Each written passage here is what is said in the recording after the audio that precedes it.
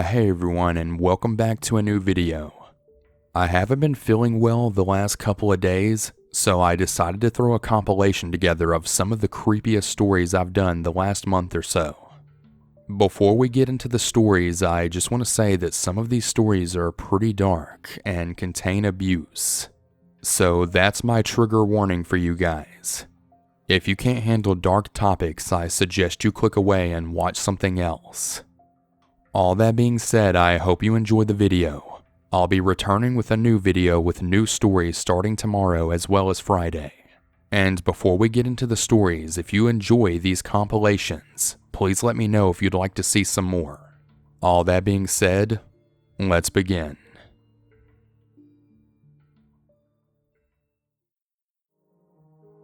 When my brother and I were 10 and 12 respectively, our family went on a hike through the cemetery and into the woods not too far from our house.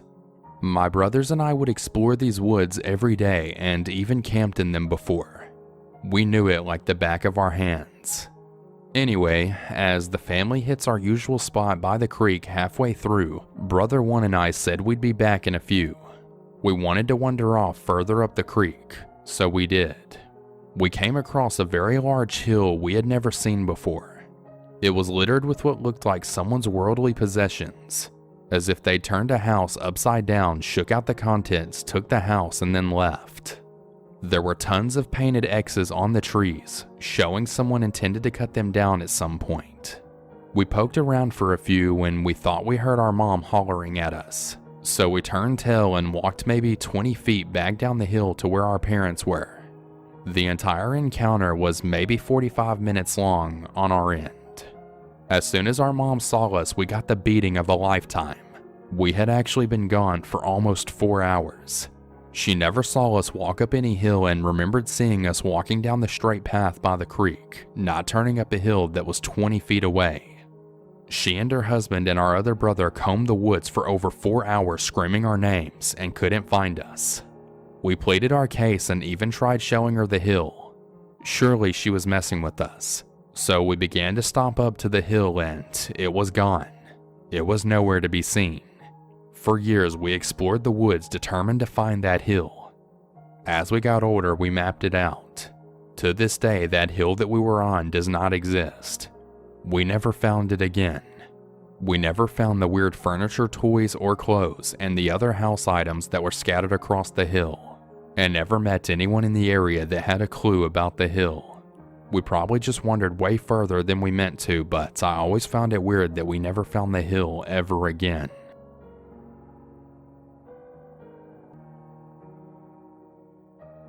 Many years ago, myself and 2 of my best friends decided to go for a day of mountain biking at Snowshoe in southern West Virginia. Now, this was way before the days of GPS, so we were kinda doing this by some half-assed directions and an old map, but my point is here, we got very lost. Sometime along the way, we ended up in this very tiny little town, and we figured we would ask for directions. It was absolutely deserted. I'm talking not a single soul to be seen anywhere. We parked the truck and split up looking for anyone we could find. Now, this was at around 9 to 10 a.m., so not exactly the ass crack of dawn, mind you. We went into the post office. Nobody. We went into the only bar in town, which was unlocked, unattended with music playing, but again, not a single soul present. We went business to business to business and walked the streets, and after about 25 minutes finally found one old guy who just seemed to appear out of nowhere in the middle of town walking alone. The first question we asked wasn't even for directions. It was, "Where the hell is everyone?" To which he replied, "Well, I guess folks around here don't get up much till round noon." We asked him for directions to Snowshoe and he pointed to the road we came in on and said to go that way about 10 miles and make a right and we will find the interstate. We left quickly. We all had a very bad sense of unease about the whole thing. As we left, we were about 5 miles down the road and we hit a lady dressed up in a state road uniform standing in the middle of a very long straightaway holding a stop sign. When we approached her, she turned the sign from slow to stop. We asked what was going on. She stated that there was road construction up ahead. We told her of what just happened and she kinda just laughed and said those people in that town are kinda strange, but let it slide. So we actually started talking to her while waiting for a line of traffic to come by from the opposite direction. We actually ended up talking to her for about 45 minutes to an hour, just talking about random things. We kinda got lost in the convo. Not one single vehicle ever approached from the other direction or behind us. Eventually she said, "Well, I guess it's clear now and y'all can go ahead," and slowly turned the sign from stop to slow and motioned for us to go ahead. We went straight ahead, the only direction you could possibly go for the next 30 or some odd miles, and didn't see any signs of construction, state road workers, or maintenance going on at all. She had no vehicle and we figured she was a flag woman dropped off by some crew up ahead. After the encounter with the town and this woman, we had enough and called it quits. We turned on the interstate as soon as we found it and headed north and home. Every single one of us still remembers this whole encounter in vivid detail to this day. I asked my friend about it actually about 3 months ago at his wedding, and to this day it still freaks him out to no end. None of us know what happens, but it was definitely one of the creepiest, unexplainable experiences we ever experienced. My grandparents had a big farm when I was growing up, and all of the grandkids would help work it over the summer when we were out of school. Anytime we ever saw a rabbit, we were supposed to get it with the hoe or grab the shotgun. I was around 12 or so when I saw a little rabbit in the beans, and I didn't want my grandfather to see it, so I tried to chase it off. I followed it into the brush on the land, and for whatever reason I just kept following it because usually I'd lose the sight of them pretty quickly once they hit the brush. I kept following it until I found what was clearly an old barn ruin. These are pretty normal to happen upon where I'm from, and they're fun to look around inside, so I went in. It was weirdly kept up really well with antique tools in great shape and fresh hay. I worried I had crossed into our neighbor's property, so I hightailed it out of there. I decided to ask my grandfather about it, and he said our land went way far past what I had described, and I couldn't have left our land in the short amount of time that I was gone. So he followed me out there and we couldn't find it. I checked every single summer I worked there and never found it ever again. It's not that creepy, but it always drove me crazy where the hell that stupid barn went. In the 7th grade, I had a friend that lived near a beach on a bay of Lake Michigan. One day in early May, it reached 70 degrees, nearly unheard of for that time of year in northern Wisconsin. My 2 friends, including the beach friend, excitedly rode our bikes down to the beach to maybe dip our toes in, expecting still frigid waters and then tan for the rest of the afternoon. The water, though, was surprisingly warm, like bath water warm. In this particular area of the bay, the water was shallow for about a half a mile out, and we joyously splashed around, wading deeper and deeper until we were about chest deep. As we dunked each other and swum, I started to feel sick. Bad headache, nausea, and wobbly. Just then, my other 2 friends mentioned that they also felt sick. We headed back to the shore, nearly crawling by the time we got out. The 3 of us collapsed under a tree and fell asleep for about 2-ish hours. When we woke up, we talked about how weird it was. I dipped my toe back in the water and it was freezing cold this time. To this day, I have no idea what was in there. I do know that there is a chemical plant in my town that used to manufacture things like Agent Orange, and that their practices were known to be less than environmentally friendly. I have never touched or gone near that water since. I was driving through Illinois to Chicago about a decade ago with a group of friends, and we stopped at a Taco Bell. The first thing we noticed was that the workers were acting very strange. Everything they said was monotone and rehearsed. After sitting in this fairly busy restaurant for a bit, we kind of all just looked at each other at the same time, as we realized that none of the conversations happening around us made any sense. The people were speaking and it was English, but the sentences weren't logical. They were just saying words at each other. We didn't say much about it until we got outside, at which point we were all freaked out and confirming each other's experiences at once, and got the heck out of there. We jokingly refer to that place as the NPC training center, since the people didn't seem to be real, or they were learning how to be human or something. It still to this day freaks me out.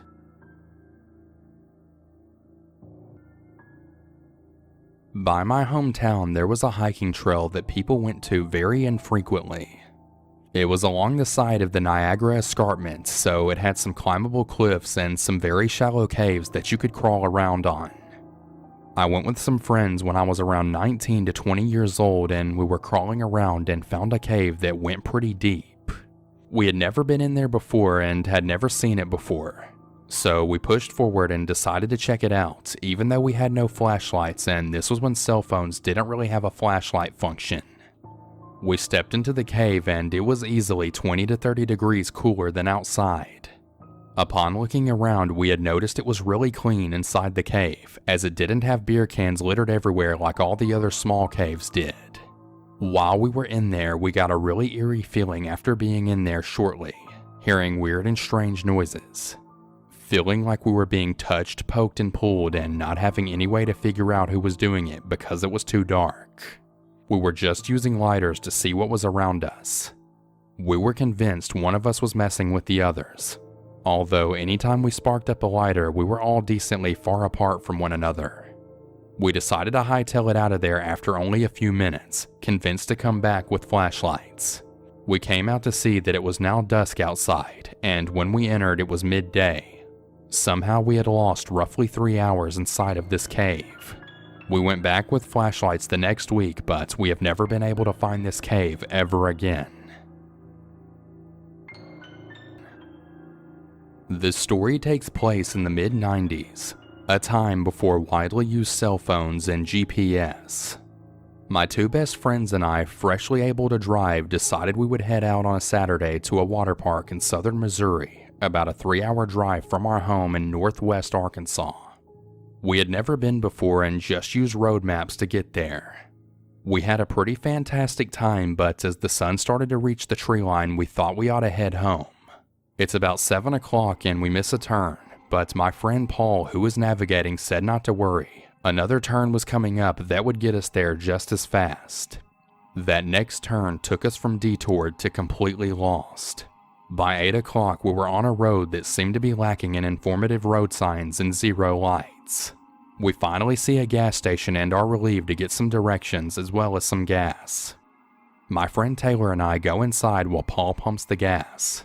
We come inside and a very friendly old man in his early 60s who gives us a very large grin and says, "Well, hello there."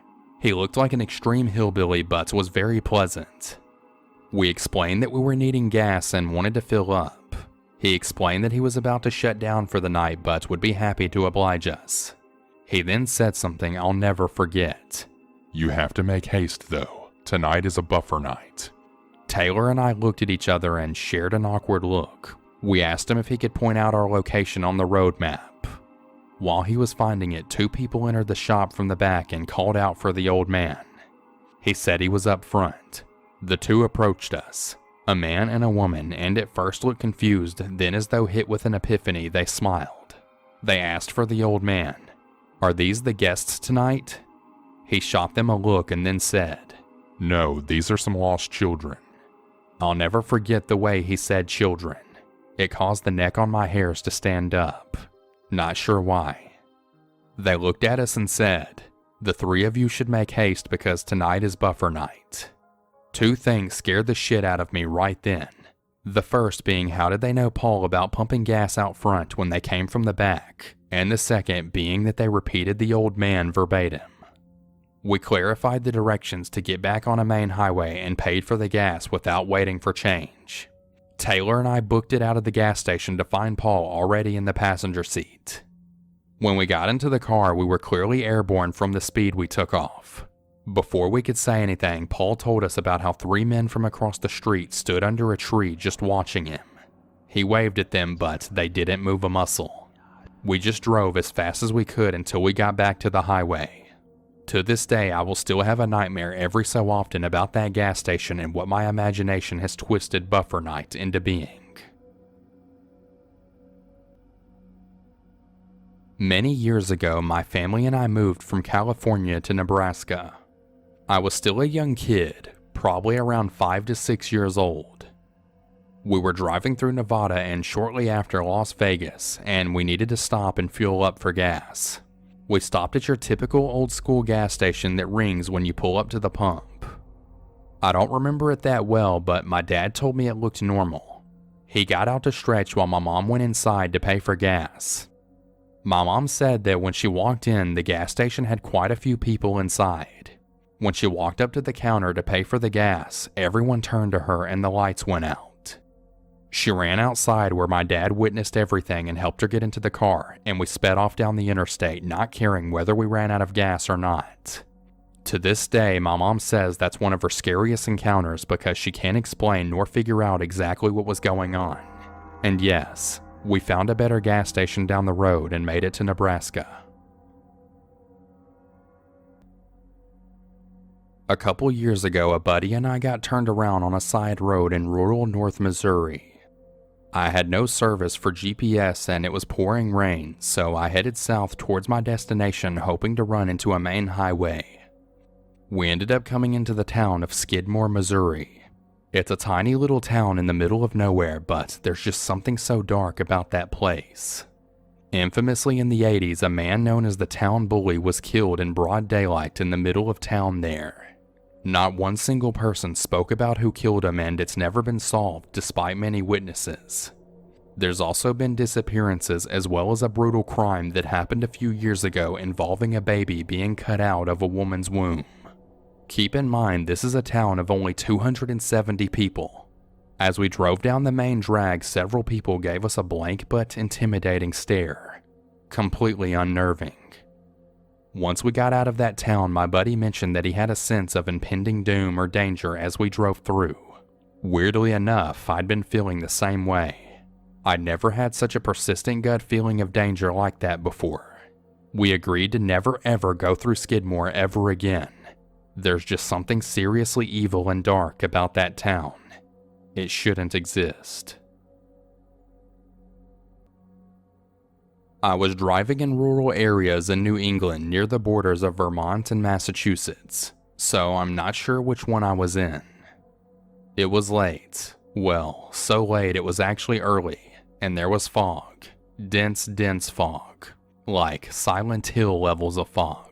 And like an idiot who dies in the opening scene of a horror movie, I am driving on the back roads. First, my headlights just up and goes out. I can't use my high beams because of fog. I am in the middle of nowhere and I haven't seen a house or town in a long time. The car starts making noise and the check engine light comes on. So I pull over. There's nothing much around besides field and fog. It's creepy as hell. I gamely look at the engine. I can fix electronics but not engines. I tighten up all the things I know. The car now won't start, so I'm in the dark in the middle of nowhere on the side of the road.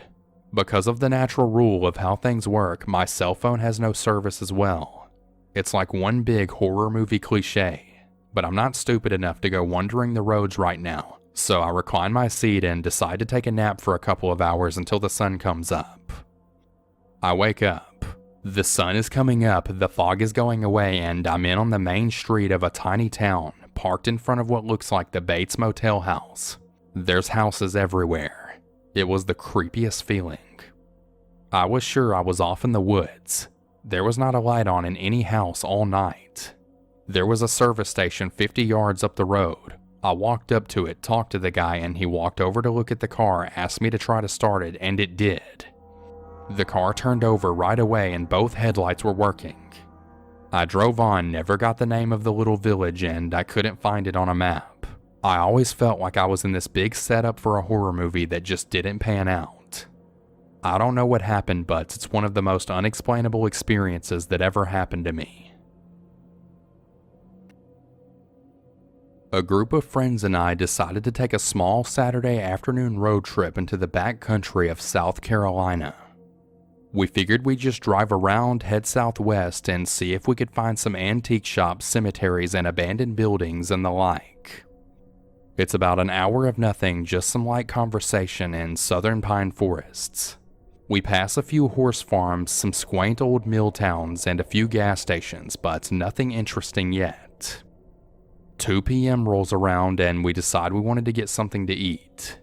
As a rule, we always like to try local diners and restaurants, so we kept driving until we saw a faded road sign for a town. It was about 5 miles down the road and we figured that's good enough. As we're driving through the town, we notice there's no one out. No cars on the road, no people on the streets, and no real houses. The streets are lined with abandoned and boarded up warehouses, shops with broken windows, and a few broken down cars from the 90s. The further we go, the worse it gets. We finally get to a diner that's right off their main street. It looks like there's about 10 people eating inside and there's a few cars in the parking lot. Seems like they're open. Here's where it starts to get weird. We open the door and step in. As soon as we clear the threshold, everyone looks at us. It's like in the movies where the record scratches on the jukebox and everyone looks, except far more uncomfortable. In the middle of the diner is a large table with about 6 people around it who all turn back to their food and start whisper talking. The waitress nervously shuffles up to us and quietly asks us how many.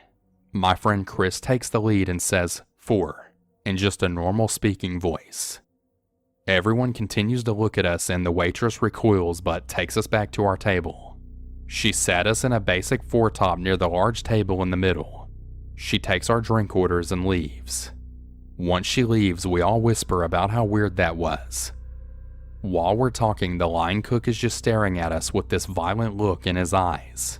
We all figure out what we want and wait. We sit in awkward silence for about 10 minutes before the waitress comes back. She takes our orders and disappears into the back of the diner, leaving us alone in the dining room with the people at the other table. It gives us some time to look them over. They're your typical basic Southern family. Chubby, haggard-looking wife, husband with sun-leathered skin and oil stains on his coveralls. 3 children, all girls, all in nice Sunday dresses. And then her. The other woman was dressed like the other girls but looked very much in her 40s. She wore a red paisley patterned dress with frilled lace at the collar and cuffs. Her hair was long and stringy and covered the bulk of her round face. The left of her was a doll seated in a high chair for babies. The woman would sometimes lean in towards the doll and whisper something, then giggle. Soon the waitress dropped food off at their table but set a meal down for the doll as well. She commented on how pretty the woman's daughter was and left. About 10 minutes later, she came back with our food, silently left it, and gave us the side eye, and walked away. The waitress came back to refill the other table's water where she asked everyone how the food was, but asked the doll too. When she asked the doll, she spoke in a baby voice. The woman then picked up the doll, held it in front of her face, and spoke in a little girl's voice. She was being the doll. My other friend looked at me with the most terrified, wide-eyed expression. She worked with disturbed children as a therapist in a court-mandated facility. We shoveled our mediocre food down and my friend Chris just dumped $40 on the table and we left. As we were leaving the town, Chris was trying to look to see if he could find the name of the town. I was checking to make sure we weren't being followed. This happened about 6 years ago and we still can't figure out the name of that town or where it is.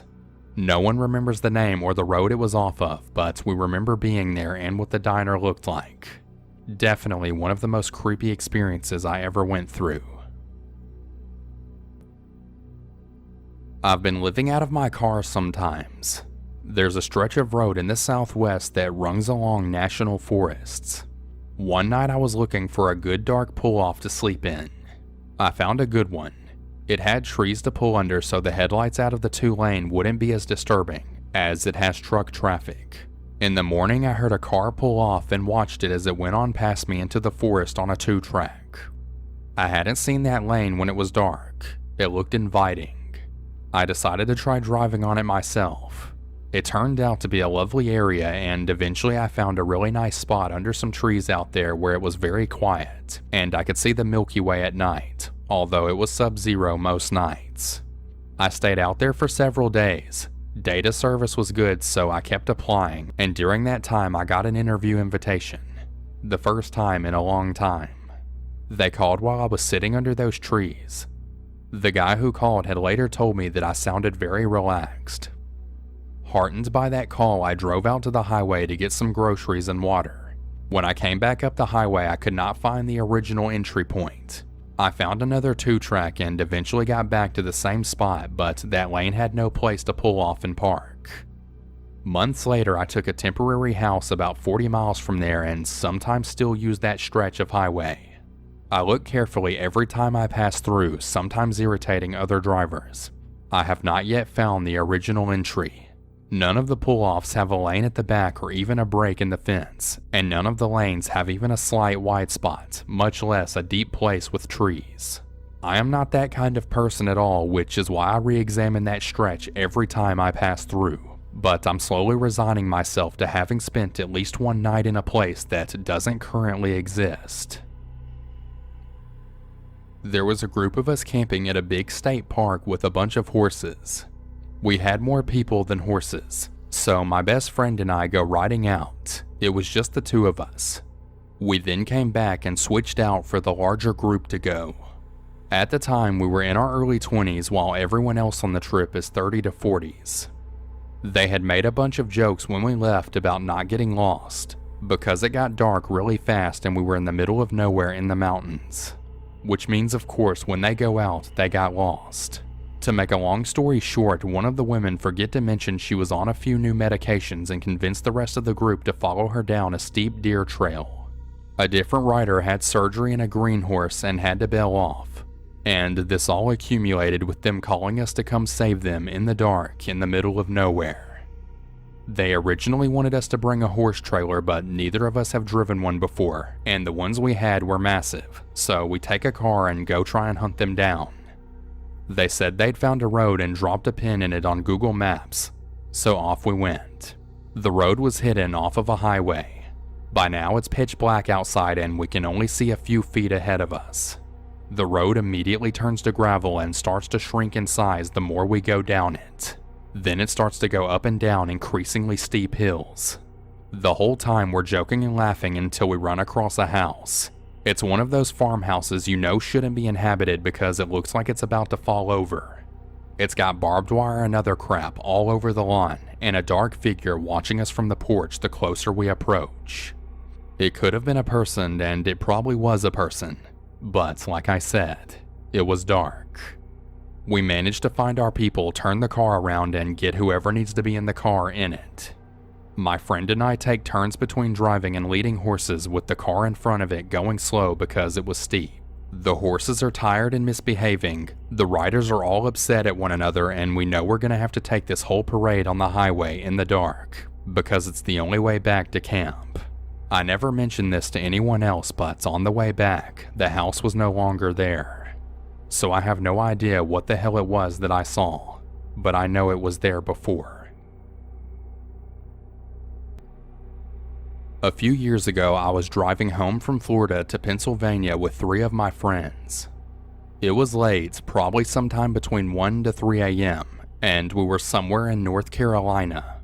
We needed to get gas really soon, so we agreed to take the next exit off the highway that had a gas station.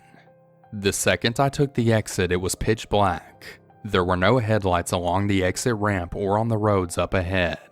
The only lights in the area came from my headlights and the lights from 95 behind us.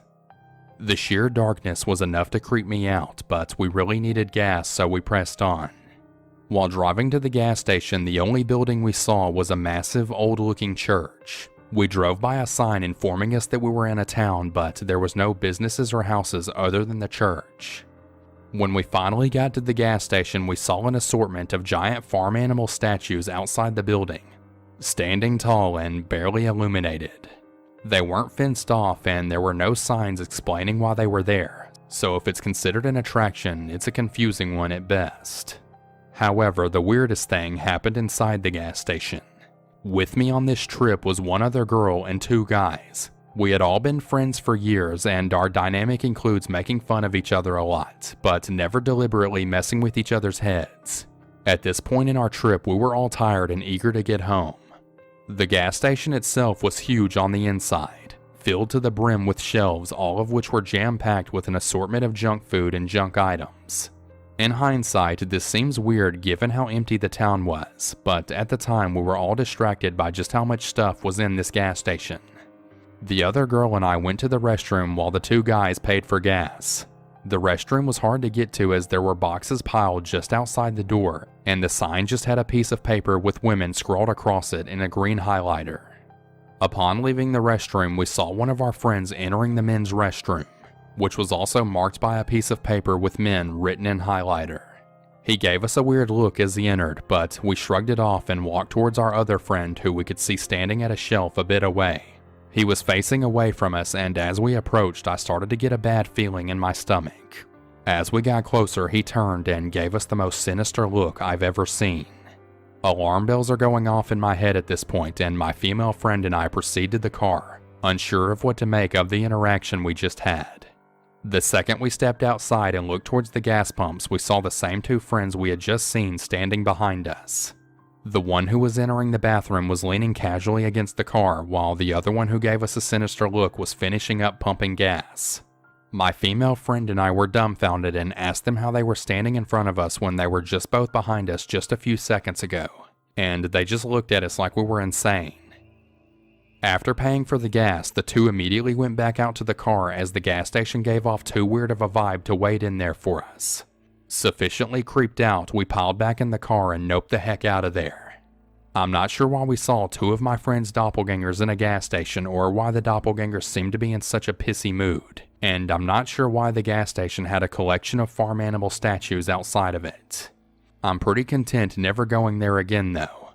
That place definitely shouldn't exist.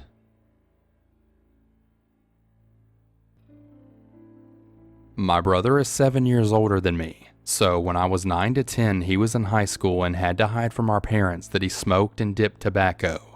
As a result, most days of the week after he got home from school, we'd go out into the woods for about an hour or so. We lived way out in the country in an already rural part of East Texas, so there were plenty of woods to explore. The land south of our house was all owned by a mining company and my parents didn't want us going out there, so we always crossed a fence to the north of our house and explored the woods out there. Very likely some locals' property that we had no business being on, but when you live out in the country you figure you'll have plenty of signs before you accidentally walk into someone's backyard. After a few months of venturing out in this area, never traveling more than an hour's distance from our house and always in the daylight, we decided one day we'd just keep walking and walking. My brother smoked and spit into a Dr. Pepper bottle. We entered big pastures and dove back into even deeper woods. Whenever we've talked about it, we've always said that we must have traveled at least a mile. Eventually we came across a circular pond I distinctly remember having a much higher rim on one side. My brother explained that this was because a tractor had dug it out and piled up more dirt on one side than the others. We kept going past the pond and entered another patch of woods. As we came out, we saw that the tree line curved around sharply to the right, and the clearing we now stood in opened up far wider. We went in that direction, and while my memory of getting there is a little hazy, I know we suddenly came across a very large white building surrounded by a high fence. There was a gate large enough for vehicles to move in and out, and a dirt roading leading away from the facility. We could hear the sounds of activity and we could see people walking around the outside of the fence near the gate. I'm afraid any other detail I could give at this point might be colored or false memory or exaggerations from an imaginative young brain, so I'll talk to my brother about it some more before I go any further. At that moment, we both felt the spine-tingling terror alerting the body that something about this was very wrong. We were not supposed to be here. We were at the very least going to get into some serious trouble. We were standing in the middle of a clearing gawking at a facility of some kind on what was obviously someone else's property, and we were seeing something deep out in the woods that we had never known was there.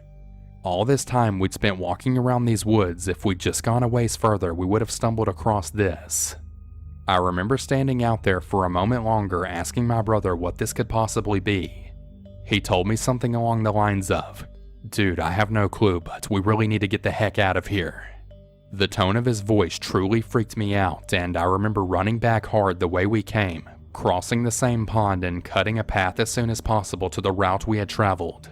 When we finally stopped out of breath, my brother told me that in no way, shape, or form would I utter a word of this to our parents. They were spankers and awful grounders, so he knew the trouble he'd be in for taking his little brother into what was quite possibly a very dangerous place. After that day, we kept going out in those woods, but never that far. Eventually, my brother got caught with a can of Skull, and my dad made him eat the whole can and puke it up on the porch. Being an easily intimidated little kid, it wasn't very hard to get more information out of me about my brother's smoking and dipping habits, but I never once brought up the facility we'd found out in the woods. Over the years, my brother and I have brought this story up many times. Our parents have gotten way laxer since we've all grown up, and we even told them the story. We've added a lot of other weird ones to our arsenal in the time since, as our family has always lived by huge areas of land for us to wander around on. But this is one of our favorites. It's always, remember the time we almost got killed by those government researchers? Remember the time we found that crazy building in the woods with those people walking around it? But for the past few days, this event has really been bugging me. I told my wife about it in detail and she was pretty amused. I thought I'd look around in Google Maps a little bit at the area we grew up in. Something I'm honestly surprised I've never done for these specific reasons before. And what I found, or should I say haven't found, is really bizarre. Moving north from my old house on Google Maps, I can very clearly make out the woods we spent our time in. When I go further north, I can see several large clearings followed by more wooded areas. Eventually, I even found the circular pond, and I'm positive I can make out the higher end of the pond that we stood on as my brother explained how it had been made. When I drag the map further, I can see what looks to be the clearing on the sharp curve of the tree line to where we saw the facility, but there's nothing there. No trace of a building and no evidence of a dirt road leading away from an old structure. It's just pasture and more trees. In fact, when I zoom out and look at the whole area, it doesn't seem possible for there to have been an operation of the scale that we saw out there at all. Just a little ways further north, the land becomes nothing but pasture with houses pressed up against a country road. For people to have come and gone from this area, they would have had to have a road of some kind, as well as power lines stretched out to the building. But there's nothing like that on Google. In fact, there's really no "here it was" spot on the map at all. It's like it was never there to begin with. It's been a few years since we've talked about it, so I texted my brother earlier today to ask him if he still remembered this happening. He called me immediately after and said, "Yeah man, that was a really weird day. You know how good I used to be in the woods, but that really freaked me out. We had to get out of there. This entire event feels more and more like something that we walked into that we shouldn't have seen." I still remember the feeling of dread upon finding the place and knowing that something bad would happen if we stuck around. I'm going to try and send my brother this post later so he can read it and corroborate, as well as look at the Google Maps for himself to see if he sees anything different. I just don't understand what we saw and why it isn't there anymore. It just doesn't make any sense.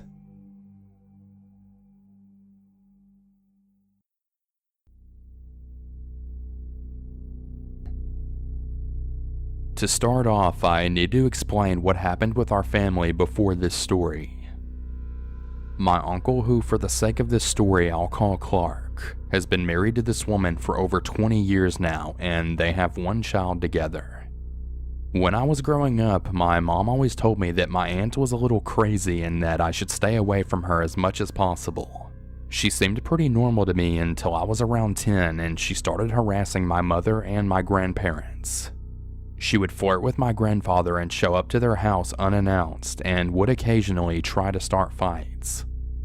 We all had to block her on our phones, and my uncle was told that she is no longer allowed on ours and our grandparents' property. Years had gone by without much issue, but for the past few years she has been mentally abusing my uncle along with my cousin. Once in a fit of rage, she even urinated on the floor in front of my cousin. Yes, she actually squatted down and peed on the floor. My cousin has since moved out. With all the background information out of the way, let's get to the main story. It was Christmas Eve 1 year ago, and as for tradition, we were having a dinner at my grandparents' house. It was my grandparents' mom, dad, brother, uncle, and cousin, and their dog Holly. We were at the dinner table, which is in view of the front porch windows, when we heard the doorbell ringing furiously and the door being pounded on. As we looked over at the windows, guess who we saw? It was her, my aunt. My uncle gets up and goes outside to talk to her. From the table, we could hear a bit of yelling, and my uncle opens the door to come back in when all of a sudden she grabs the dog and threatens to take it away if my uncle didn't give her any money. At this point, my parents are outside watching all of this along with a few neighbors.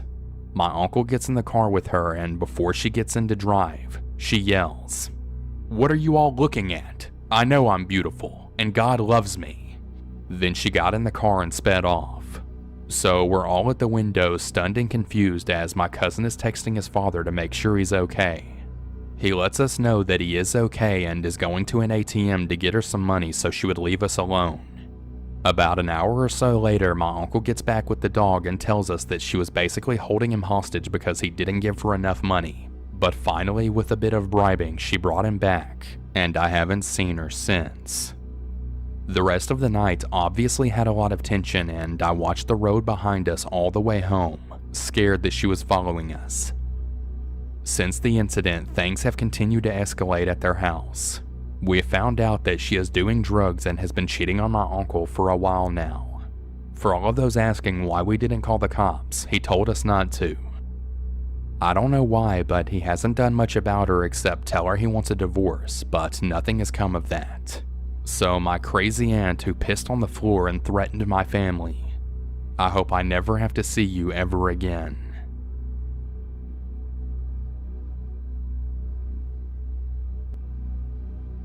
This isn't as crazy as the typical scary stories you usually hear about, but this was terrifying for me personally.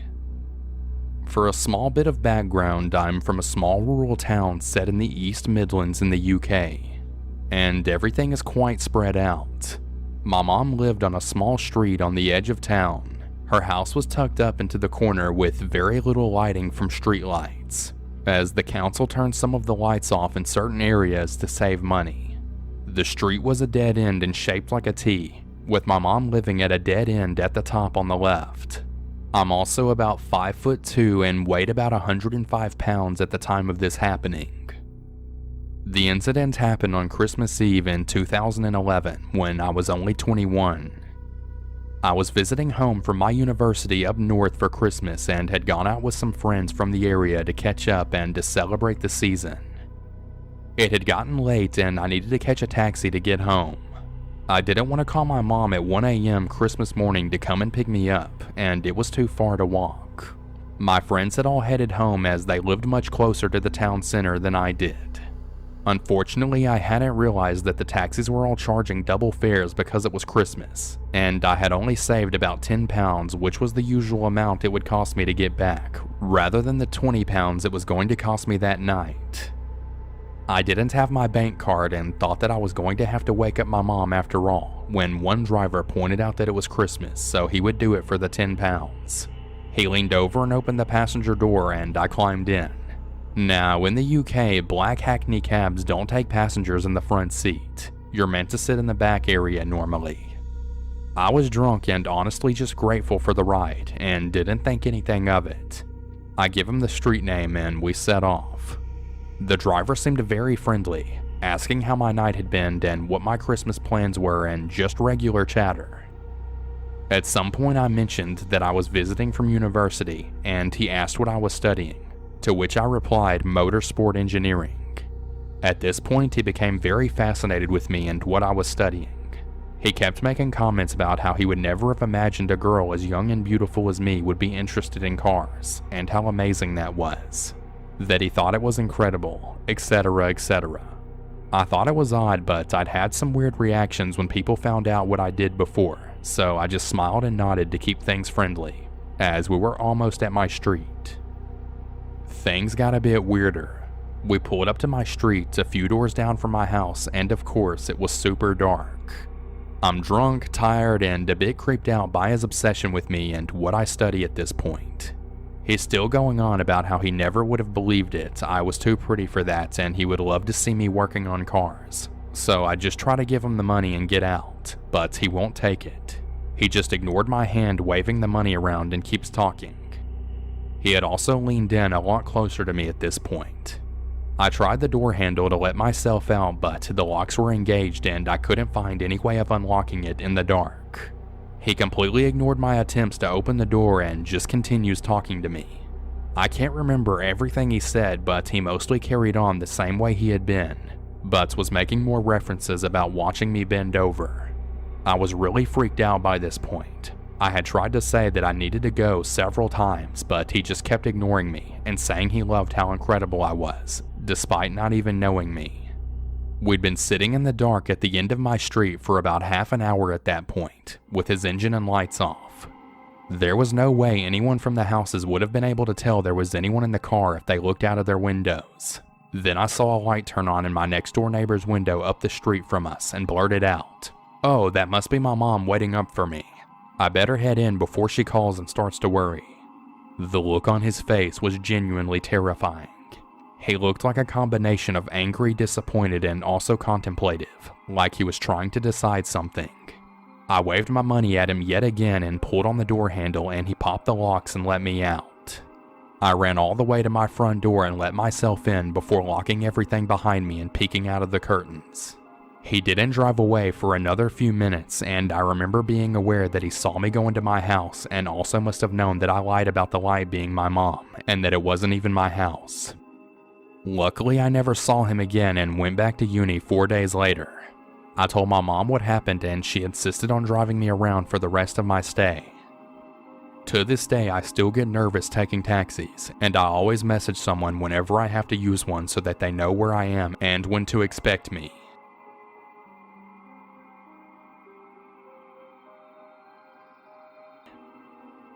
This happened almost 4 years ago in the early hours of New Year's Day. I was 17 at the time and in my senior year of high school. I'm a male and I'm about 5'10" and weighed about 160 pounds at the time. I lived in the suburbs and I was at a New Year's party being held by my friend at his house, which was a 20-minute walk away from my house. It was about 1 a.m. and I was about to leave with another friend of mine who lived on the same block as me. My friend who was hosting the party asked if we would like a ride home, and in hindsight we probably should have accepted his offer, but our neighborhood was pretty safe and we figured that with the two of us walking together, no one would bother us. Plus, there were probably other people at the party who needed a ride home more than we did. We said our goodbyes to everyone and began our walk home. The road was empty as expected, with no one but us walking along the sidewalk and maybe the occasional car passing by. It was pretty well lit though, so we weren't walking in complete darkness. We stopped along the way so my friend could pick up a pack of cigarettes. When we got to the gas station, it was nearly empty, with only a woman at a pump filling up her car with gas and a guy posted up in front of the store on his phone. We went inside and my friend picked up a pack of cigarettes. We walked out of the store and my friend immediately lights a cigarette. We got to the sidewalk and we hear someone behind us yell, "Hey, wait!" We looked behind us to see the guy who was in front of the store quickly walking towards us. He looked to be in his early to mid-20s. He was probably about 5'8" and maybe 140 pounds from the looks of him. He approached us and asked if he could get a light. My friend and I didn't think much of it and he lit the guy's cigarette. The guy thanked him and my friend said, "You're welcome." We began walking away when the guy continued to follow us, asking where we were going. We told him we were headed home and asked where he was going. He told us that his friends were at a party and he was heading back over there as he left to get some fresh air for a bit. He then asked us if we wanted to come to the party. This is officially the point where red flags started going off with this guy. Why the hell would a guy in his 20s ask two teenage boys if they wanted to go to a party with him? We told him bluntly that we didn't even know him, nor did we know anyone at the party that he was talking about, so we weren't going. He starts laughing and says that we seemed like cool guys to party with. He told us we needed to let loose and relax a little. My friend and I told him we were 18 and 17 respectively, to see if maybe that would get him to leave us alone. He chuckled and said that age didn't matter to him and that he had a brother who was 16 and that he partied with him and his friends all the time. Jesus Christ, can this guy not take a hint? I thought to myself. We were a little less than 10 minutes away from our houses and we didn't want this creep following us all the way there. I told him firmly, "Dude, we're not going anywhere with you. Now quit following us and screw off." This guy gets livid and starts screaming at us for being unfriendly and inconsiderate buttholes and that he was just trying to be nice. He then starts throwing racial slurs at my friend. In case I didn't mention this earlier, for reference, I'm white and my friend is black. My friend yells at him to get away from him before he cracks him in the face, and the guy proceeded to run away from us. My friend and I look at each other in complete disgust over what happened and spend the next 5 minutes walking and talking about the creepy guy. We both agreed that he was probably just drunk or high from a New Year's party. Next thing we know, we hear a car behind us proceed to slow down to match our pace. We see the windows roll down, which revealed the guy we had just seen a few minutes earlier with who we presumed to be 2 of his friends, one of which was a man who was probably the same age as the guy, and a woman in the back seat who would have had to have been in her mid-30s. The guy tells us that we got off on the wrong foot and asked us once again to join them at the party. My friend and I looked at each other and I whispered to him that we needed to get away from them now. My friend tells them that we're not going with them and to leave us alone already. The guy was silent for a few seconds and said, "You're coming with us one way or another." They pull over and quickly get out of the car, which caused my friend and I to immediately go into flight mode. We turned right on a side street and my friend yelled, "Run to the park, we'll lose them in there." We looked behind us and to our horror, the 3 people were running right towards us. We run into the park and we once again look behind us and they're getting closer. We run into the dark, thick patch of trees that covered a good portion of the west side of the park, hoping to evade them. I was panicking at this point because I couldn't see a thing and I was worried that my friend and I would trip over something and get captured by one of those sick freaks that wanted to do God knows what to us. We hear one of them trip and fall behind us, and luckily we see light again. We made it to another path in the park and we made a left onto the path. We heard yelling behind us and one of the guys said that they had lost us. The woman yells that they need to split up and search around the park for us. We bolt toward the bathrooms, which thankfully were open, and we hid inside. We took a minute to catch our breath as our lungs were practically burning at that point. We should have just called the cops and just hid until they got there. But at the time, we were so focused on getting the heck away from those crazy people that we decided to just try and make our way to the nearest exit out of the park and run to my house. We waited for about 2 minutes and bolted out of the bathroom and toward the park exit. Shortly before we exited the park, we heard one of the guys yell behind us that he had found us and we were getting away. We looked behind us to see the guy in the distance starting to chase after us. We ran all the way until we reached my house until I quickly opened the door. We ran inside and I quickly locked it. We went into my living room and collapsed on the couch. We both just sat there silently trying to regain our energy and calm down after what had happened, hoping they didn't see where we ran off to. I looked out the window several times over the course of 10 minutes and thankfully they never showed up again. Me and my friend talked about it and we were glad that we were both okay and that nothing bad happened to us. We were trying to figure out what they wanted with us. Did they want to kill us? Did they want to rob us? Did they want to have sex with us? God only knows. My friend hung around for another half hour before he insisted on going home. He eventually left and then I went to bed. I kept thinking about what happened and pondered on what would have happened if they caught us. Even as I'm typing this, I still have those thoughts. I eventually fell asleep and woke up and told my parents what had happened. They were thankful that my friend and I were okay, but were upset with us that we chose to walk home and I should have accepted the lift from my other friend, or even called them and that they would have picked us up. Regardless, we filed a police report and gave them all of the information that I could remember. Unfortunately, we never heard anything about it ever again. I've sometimes wondered what the hell they've been doing ever since. I really hope that they never harmed another person after that. I can't express enough how thankful I am that we managed to get away from those freaks, and to this day, this incident is still the scariest thing that has ever happened to me in my life. This incident definitely made me more wary of my surroundings, and I try my best to avoid situations where I need to walk late at night, whether I'm by myself or not. I don't know what would have happened had those people got their hands on me or my friend, but I do know one thing.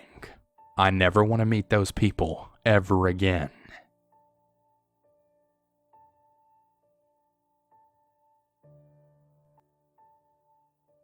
This past New Year's Eve, I went away for the night with my 2 best friends and one of their moms. I was home for the holidays from college, and my friend Sarah invited me to go to Palm Springs to celebrate New Year's with her mom and our friend Rachel. I didn't have any other plans, so I decided to go with them. We went to a cool city about an hour from where we live that is big on shopping and resorts. We planned to have a pretty calm night, watch the ball drop at a block party downtown, and have a few drinks at a bar. Since we're on the West Coast, the ball drop is at 9 p.m. So at around 8, we ventured from our hotel, walking to the block party about a mile away. On the way there, we passed a very lively bar. We decided to stop by and spent 15 minutes dancing, but didn't get any drinks. It was a gay bar, and since Sarah and Rachel are gay, they were excited and wanted to come back after the ball drop, even though it was about 90% men there. We continue on to the block party, get some dinner and a glass of champagne. The ball finally dropped and they had a DJ, so we spent about an hour there dancing. After we got tired of it, we decided to head back to the bar and hang out there until around midnight. Once we get there, Sarah's mom pays for a drink for each of us, but then she leaves not too long after that because she was tired. It's about 10:30 at this point, and Sarah, Rachel, and I are enjoying our drinks and having a good time dancing. Rachel tried some of my drinks since it was one she hadn't had before. I constantly have my guard up whenever I drink in public, and I felt pretty safe at this bar because it was 90% gay men, who I thought would not have an interest in me. I went back to the bar to get a second drink, and that's the last thing I remember. The rest of the story is what I've gathered from Sarah and Rachel. Almost immediately after getting my drink, I asked Rachel to go to the bathroom with me because I wasn't feeling well, even though I was completely fine 10 minutes before. Once in the bathroom, I just collapsed on the floor and I was almost unresponsive. Rachel, now worried, somehow drags my half-lifeless body out to where Sarah was waiting for us. Security, seeing my condition and assuming I was wasted, asked us to leave. Sarah and Rachel decided to take me back to the hotel about a half a mile away. By this point, I was unconscious and there were barely sounds escaping from my mouth. They saw someone leave the bar at the same time as us who was walking near us, but they were preoccupied with trying to keep my lifeless body off the ground. At one point, I threw up all over myself, the both of them, and the sidewalk. The next part of the story we had to get from Sarah, as Rachel doesn't have memory of this. Still struggling to carry me, the man that they saw leave the bar approached them. He was hitting on Rachel, trying to get her to go grab a drink with him. She was very agitated and told him to leave her alone since her friend needed help right now. He wouldn't take no for an answer and continued to follow us down the street, asking if they want to get drinks with him, if he can help carry me, and so on. A middle-aged woman witnessing this came up and told the man off. Something along the lines of, "Stop harassing these young women or I'm going to call the police." He left after that. Next, by some odd miracle, an EMT and his wife enjoying the holiday ran into us on the street. He checked me out to make sure something wasn't majorly wrong and then carried me the rest of the way to my hotel and into the room since my friends could barely hold me up. They thanked him profusely and he and his wife left. This is where Rachel's memory kicks back in. 5 minutes later, they got a knock on the door. It's the EMT and his wife again. They came to let us know that a man had followed us to the hotel, and they just saw him hop the gate and start to make his way to our room.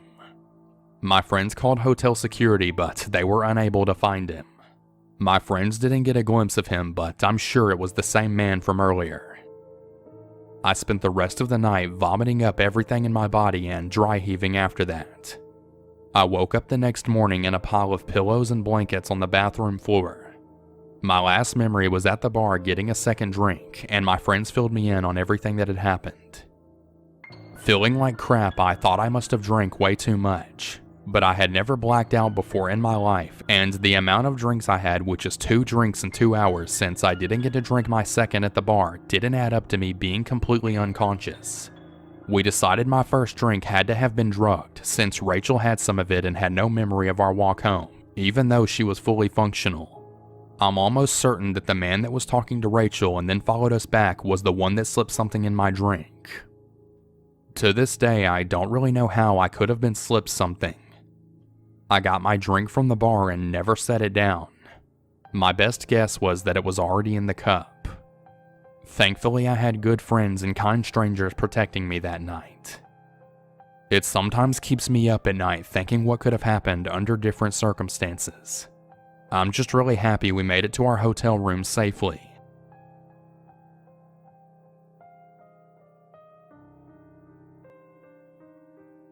This all happened a long time ago, so please bear with me as this is a completely true story that I verified with my family over the holiday, although it's something we'd all like to forget. I'm 19 now and in college, but I originally grew up in a small town in New England. The area itself is basically in the middle of a few game refuges and is surrounded by farms, fields, forests, and mountains as far as the eye can see. It's beautiful in the fall, but can be annoyingly creepy at night. This all may seem irrelevant, but what you need to understand is that crime wasn't something that normally happened at all. There was the occasional car robbery, but they would usually just turn themselves in when they figured out that someone knew another person whose car they had robbed, and they would get in more trouble with their mother than the authorities if they didn't turn themselves in. It was that kind of town. Everyone, for the most part, felt generally safe there. My mom was always overly cautious though. She would always walk my brother and sister and myself down to the end of the street while we waited for the bus to pick us up for school. We didn't mind too much as we've always lived on a street that literally had no other kids. It was and still is mainly just older people. It was like having about 9 extra grandparents who would often give us sweets and other goodies. That being said though, we didn't really play with any other kids on the regular. We normally just read books and entertained ourselves, so you can understand that we liked having our mother to talk to while we waited for the bus. If I got the year right, my brother was about 9 at the time, my sister 5, and myself 7. So we were pretty young, but not incredibly young. Not to sound completely narcissistic, but we basically looked like the perfect set of children. My brother and I looked like twins, all smiles and both of our 2 front teeth missing, and my sister was the perfect picture of rosy cheeks and cherry sundresses. She would actually be stopped occasionally while we were on vacation to take pictures with Japanese tourists who thought she was a little model. One day on our way out to the bus, we opened the side door of our house and saw a small pile of pennies on the doormat. We were thrilled as we thought that it was a leprechaun that had came back to give us more coins. A family friend of ours had shared one of their family traditions with us just the previous week. If you leave a potato on your doorstep on the eve of St. Patrick's Day, then a leprechaun will leave you a stack of coins in exchange for his favorite meal. The whole idea of getting money, even a measly 27 cents, was exciting for us, and we were all happy to take the coins. Our mom didn't see a problem with it, and she assumed that it was our dad that left the coins there before he left for work early that morning. At the time, no one really suspected anything odd. Naturally though, we all know that's total BS. For the next couple of weeks, the piles kept showing up on our doorstep and slowly began to trail down the driveway, stopping at the end for a few days before trailing down the street to where our bus usually stops every morning. At this point, my parents began to freak out, and rightfully so. After discovering that my dad hadn't left the pile of coins, they began to ask the sweet elderly neighbors whether or not they had left the coins. Every single one said no. We stopped taking the coins after that. The pile of coins at the end of the street grew and grew in size over the next few weeks. This had been going on for a month or so at this point. The coins were always there and they were clearly meant for us, but no one was in sight. You're probably wondering why my parents didn't call the police at this point. Well, they didn't want to cause them any trouble. My mother's words, not my own. One day, however, they did end up having to call. We were all standing at the end of the road beside the ominous pile of coins when a gray sedan pulled up from behind the tree line and parked across the road from our street. We would have thought this was normal as many people parked there to take hikes, but the car didn't have any plates. The only way this vehicle could have been more nondescript would have been if it were painted camouflage.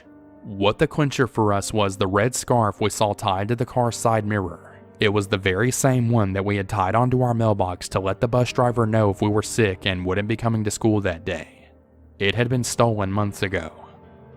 Not too long after that, an investigation took place, but nothing really came of it. But once the police began monitoring the house, the coin stopped coming and the car never came back. If my mother wasn't as careful with us as she was, we would have been kidnapped faster than you can blink. After talking about it some more, we came to the conclusion that he was probably after my baby sister. The one with the wide eyes and perfect apple plum cheeks. She's 16 years old now and can't remember any of this, but it's honestly terrifying to think about how she, my little sister, could have been gone forever. The part that scares me the most though about this is that this guy wasn't your usual kidnapper. He was patient. He waited for months and months to try and get his hands on us. He watched our house and our family for months trying to find an opportunity. He watched us walk to the end of the street every morning for the bus. He knew when we were sick. He saw us leave the potato out on our doorstep for the leprechaun and he knew how to reel us in. This guy knew everything and we'll never know how. Soon after, our dad thought it would be safer to have us trained in self-defense, and although it may sound like I'm making this up, my siblings and I now all have training and know how to defend ourselves. Basically, my tiny little sister could throw a grown man over her shoulder at the age of 11, if you could believe it. I don't really want to know where this douchebag is, but don't let any kids fall for the coin trick like we almost did. So creepy leprechaun impersonator, if you're still out there somewhere, I hope me and my siblings never encounter you again. And if we do, expect to get dropped.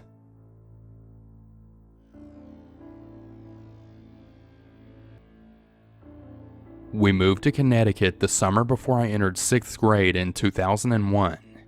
We moved into a beautiful new house in one of the most beautiful towns I'd ever seen. It was a bit more rural than we were used to in New Jersey, but it was an adjustment. My sister is 2 years younger than me and she was going into 4th grade at the time. We came from a neighborhood where we were all super close and everyone knew one another. Block parties every summer and kids running back and forth to one another's houses, and we were sad to leave it. Within the first few weeks we met some of our neighbors. Everyone was what we soon defined as very Connecticut. It was all a bit surface and nobody had that New Jersey warmth that we had been used to. In particular, our neighbors directly across the street seemed a bit odd.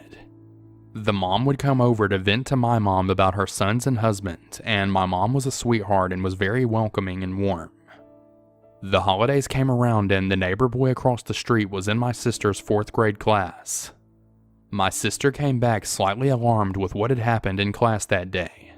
The students were asked to make a Thanksgiving turkey out of a traced drawing of their hands. On each finger they were supposed to write things that they were thankful for. The neighbor boy wrote things like, being a loser, hating myself, etc. Very, very dark things for a 4th grader. Fast forward to Christmas and my mom hears that they have nowhere to go for the holidays, so she politely invites the mother and 2 of her sons to our annual Christmas Eve party. The boys were so strange. They listened to Japanese techno with headphones on and didn't speak to anyone. They headed straight to our basement to play video games. It was weird. The younger one though was always much stranger than the older one. And the neighbor mom would always open up to my mom and aunt about how he would hurt himself, and how he needed to be put in special needs programs, but that he could never quite be diagnosed. They thought that he was on the spectrum at first, but that quickly proved to not be the case. We always assumed that she'd been confiding in them because my aunt was experienced with special needs kids and that she was looking for advice from her. The Christmas Eve stands out to me because they were at our home in a very intimate setting, but we saw them on a daily basis. My sister and I would come home from school telling my mom about how weird the younger neighbor boy was, and that something was just really off about him. I will never forget her telling us just to be nice to him and that we don't know what he's capable of. That struck me as so odd at the time, but we listened. I don't know if his mother told my mom something that scared her and made her say that, or if she just had a gut instinct. Recently after that, and I can't quite remember if this was in middle school or high school, I think I was in 9th grade, and my sister and young neighbor boy were in 7th, so we all rode the bus together. What my mom then said stuck out in my mind, so today I decided to be friendlier than usual. There was snow on the ground and the younger neighbor boy was drawing something in the snow and muttering to himself. I decided to greet him. "Hey Adam, what's going on? Nice morning today, huh?" He made no eye contact.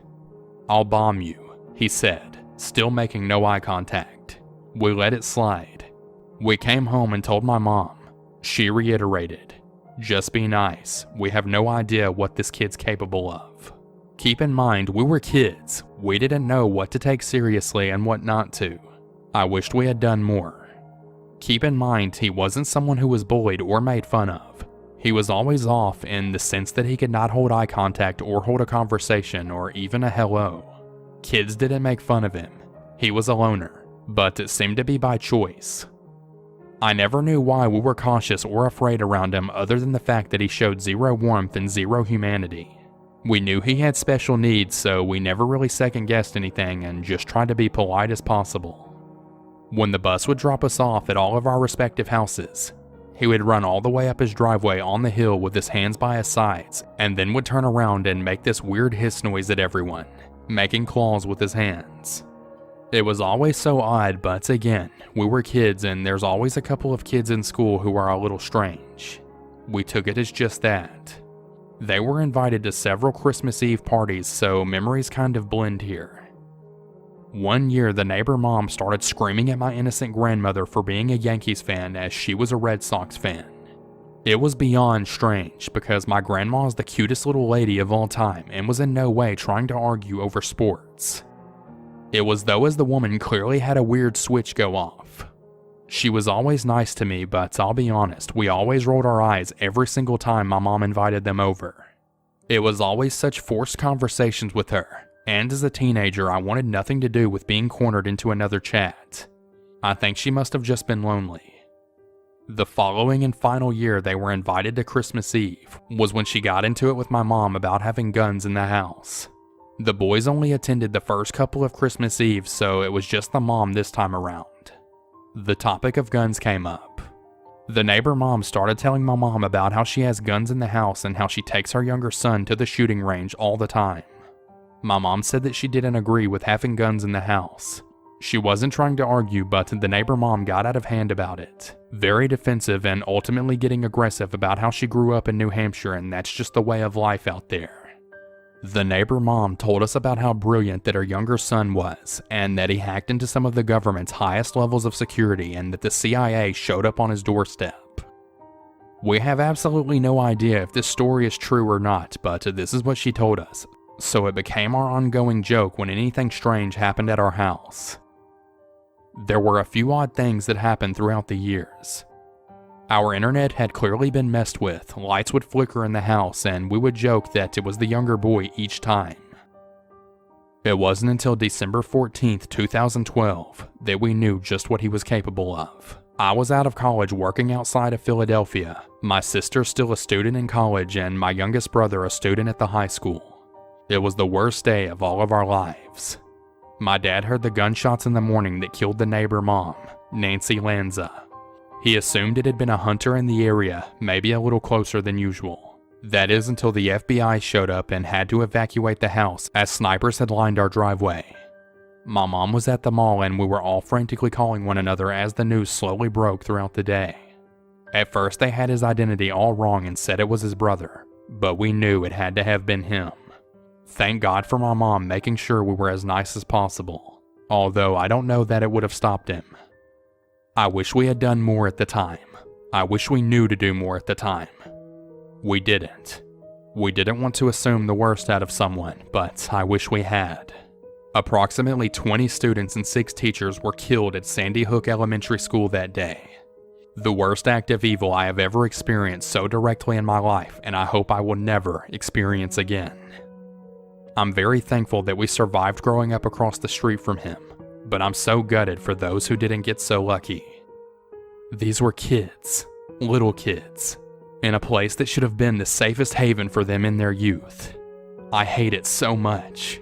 I know I will never see him again, but regardless, Adam Lanza, you sick and twisted individual, I pray and hope to God that we never see you again.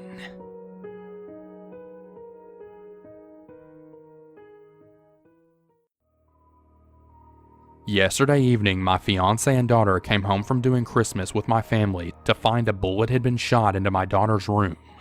We called the police, took pictures of the points of impact, and looked for the bullet. We couldn't find the bullet, but the officer took a report and the apartment maintenance came to take a look. Fast forward to tonight, getting home from Christmas with my fiance's family and picking up his daughter for the week. We've just moved in, so we asked them to straighten up their toys to the right places. 5 minutes later, my 6-year-old daughter comes running to the living room and yelling, "Mom, I think I found the bullet." Sure enough, she had found it and it was under her bed. I collected the bullet as my fiance called the police. We turned the bullet in to the police. So whoever out there shot a bullet into my 6 and 7-year-old daughter's room, you better pray we don't meet.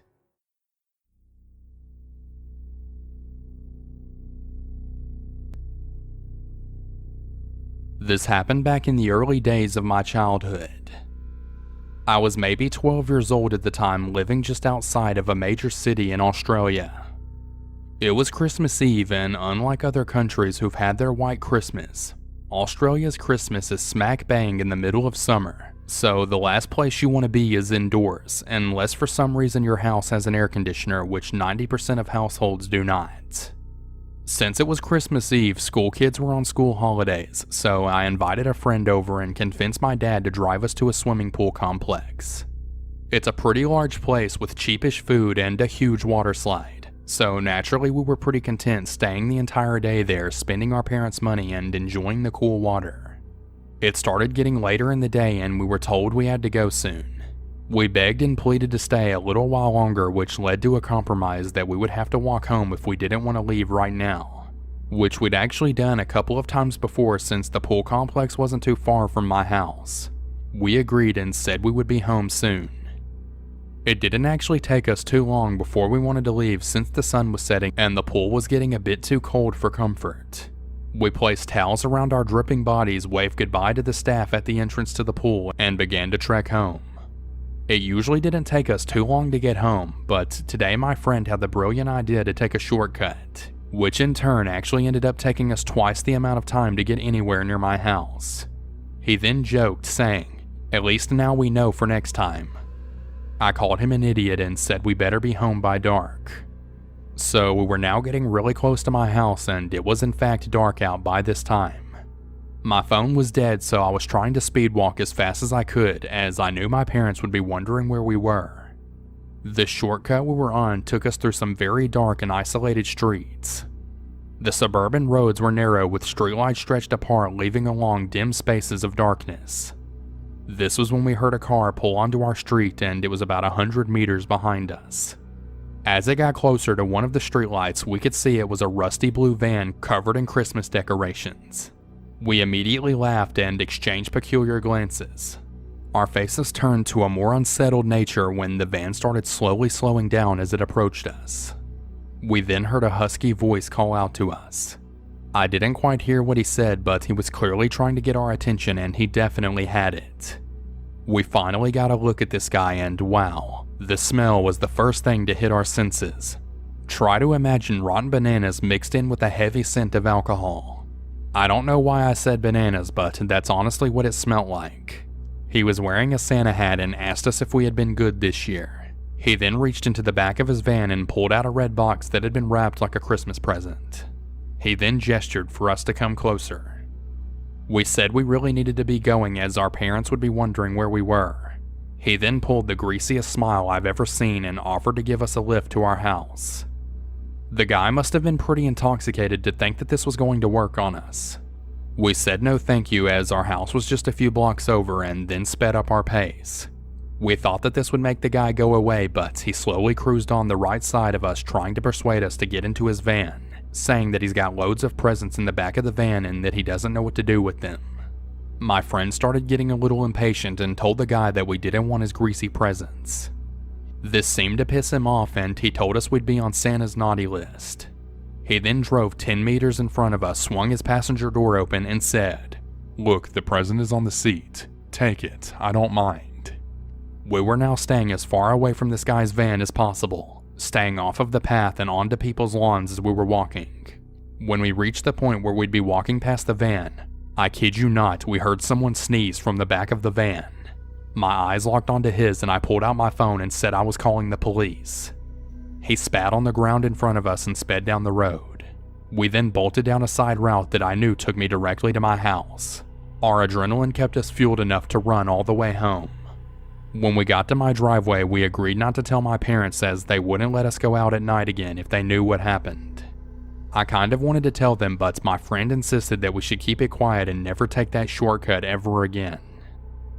We never saw that man ever again, and I hope no one else fell for those fake presents he was offering. Stay away from Santas driving creepy vans.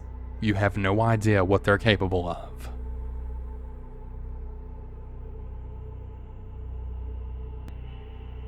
It was Christmas Eve and I was a freshman in high school. My family has been split up for some time now, so normally we trade off Christmas Day and Christmas Eve every year, and this year I had come home early from my grandparents' Christmas party while everyone else was at my aunts and uncles celebrating. When I was dropped off, my cousins offered to stay with me for a few hours, yet I declined. I thought I could watch some of my new DVDs and get some alone time in the house, which is a rarity. I had noticed an unfamiliar car parked on the street but didn't think anything of it considering it was Christmas Eve. Probably just a neighbor's relative or something. After I got inside, I locked the door, grabbed snacks, and started to settle down. I hadn't been home for more than 15 minutes when there was a knock at the door. I unlocked the door and opened it only a crack to see a man standing there. Dark hair, glasses, slightly overweight, and dressed casually. He didn't look like much of a threat, but my stomach dropped. He then asked, I was wondering about the car outside. Is it for sale? I told him I didn't think so. Is there someone here I can talk to about it? I then said, no, you can come back another time, and then shut the door and turn the lock as fast as I possibly could. He then reached for the handle immediately and started pounding on the door. I heard a string of profanities and the pounding stopped. Terrified, I began crawling on the floor to the phone, hoping he wouldn't be able to see me through one of the windows. Then I heard the noises.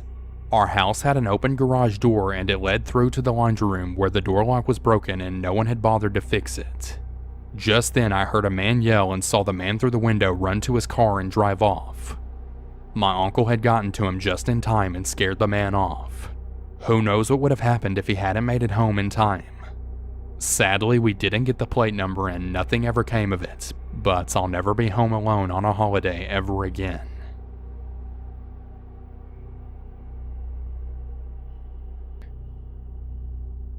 So, this happened on Christmas a couple of years ago, when I was spending the holidays with my parents and little brother, along with my cousins, aunts, and uncles. We live in a suburb of Ontario, but we were venturing out into the woods for Christmas. An idea that my parents had had for a while. They always loved the idea of being out in a hunting cabin during Christmas with their families. I'm a 22-year-old female, but at the time, I was newly 18, and my little brother Tom was 11. We're really close and do everything together. We also had a dog, a German Shepherd called Trigger, who came along for the ride too. He's a real softie, but can be really overprotective. Especially of my brother Tom. Anyway, we left from our house on Christmas Eve at about 2 p.m.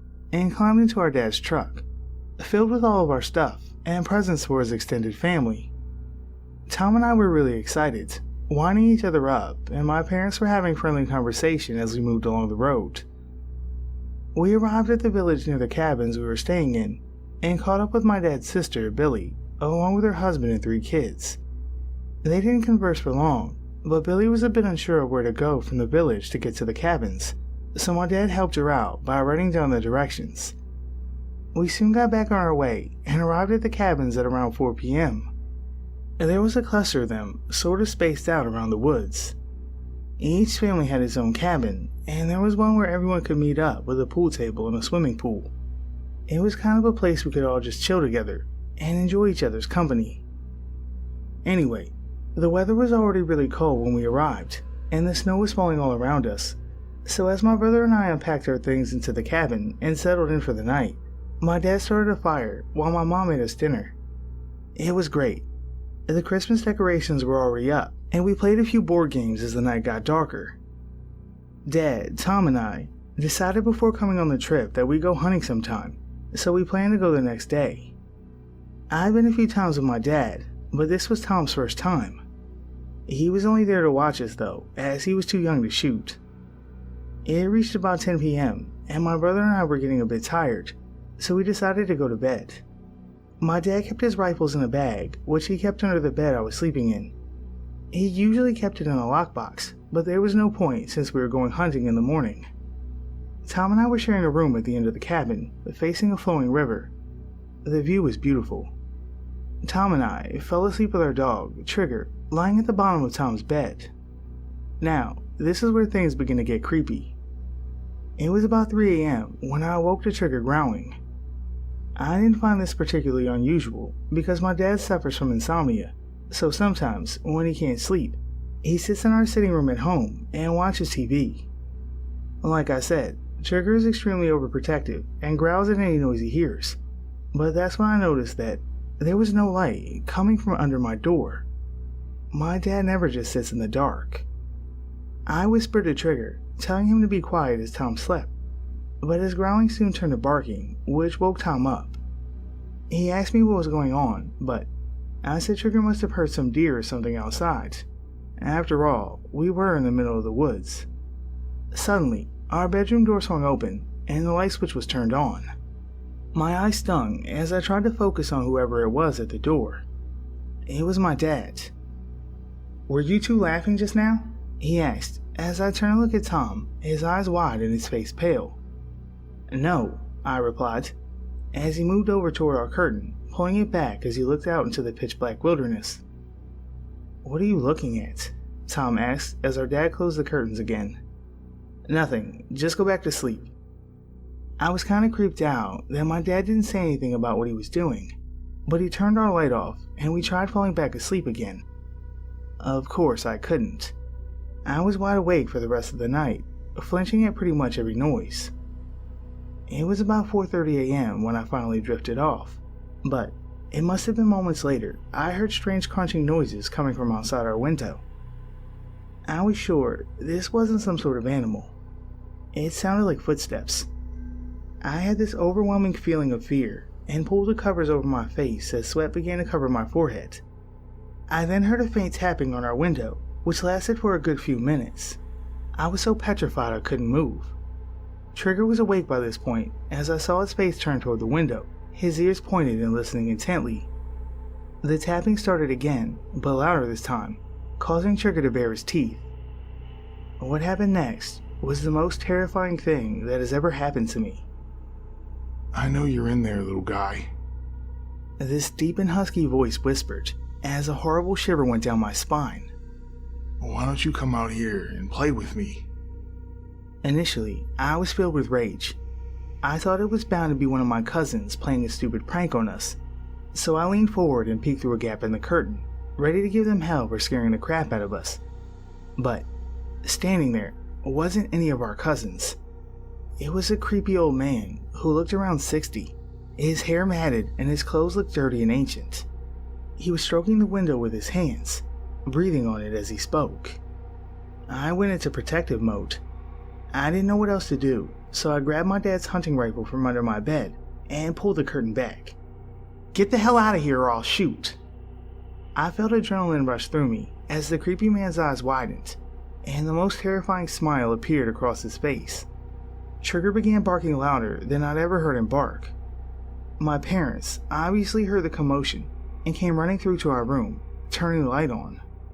My mom screamed as she saw the old man through the window, Trigger fiercely continuing to bark. My dad yelled at the man, telling him that the police were on their way, but the man legged it back into the woods. Tom was petrified, but I was angry more than anything else. How could some sicko do this? I was just extremely glad I had the rifle. The cops caught the guy just a few minutes later and arrested him. I found out a couple of days later that the creepy man was homeless and living in the woods, and he was suffering from a lot of mental issues. It scares me to death to think about what could have happened to my brother if I hadn't been there. We spent the remainder of Christmas Day at the cabin, but we stayed in our Aunt Billy's cabin overnight. There was no way we were sleeping on our own after what had happened. We went home first thing on Boxing Day and never looked back. My dad only told me the other day that he knew someone was hanging around our cabin so he intentionally left the rifle under my bed just in case I had to use it in self-defense. He did that because he didn't want to scare any of us. He called the cops after he heard the guy laughing outside of his bedroom window and singing nursery rhymes. Safe to say, that was the scariest experience of my life. So, a weird, creepy old guy in the middle of the woods? Please, please, let's not meet again.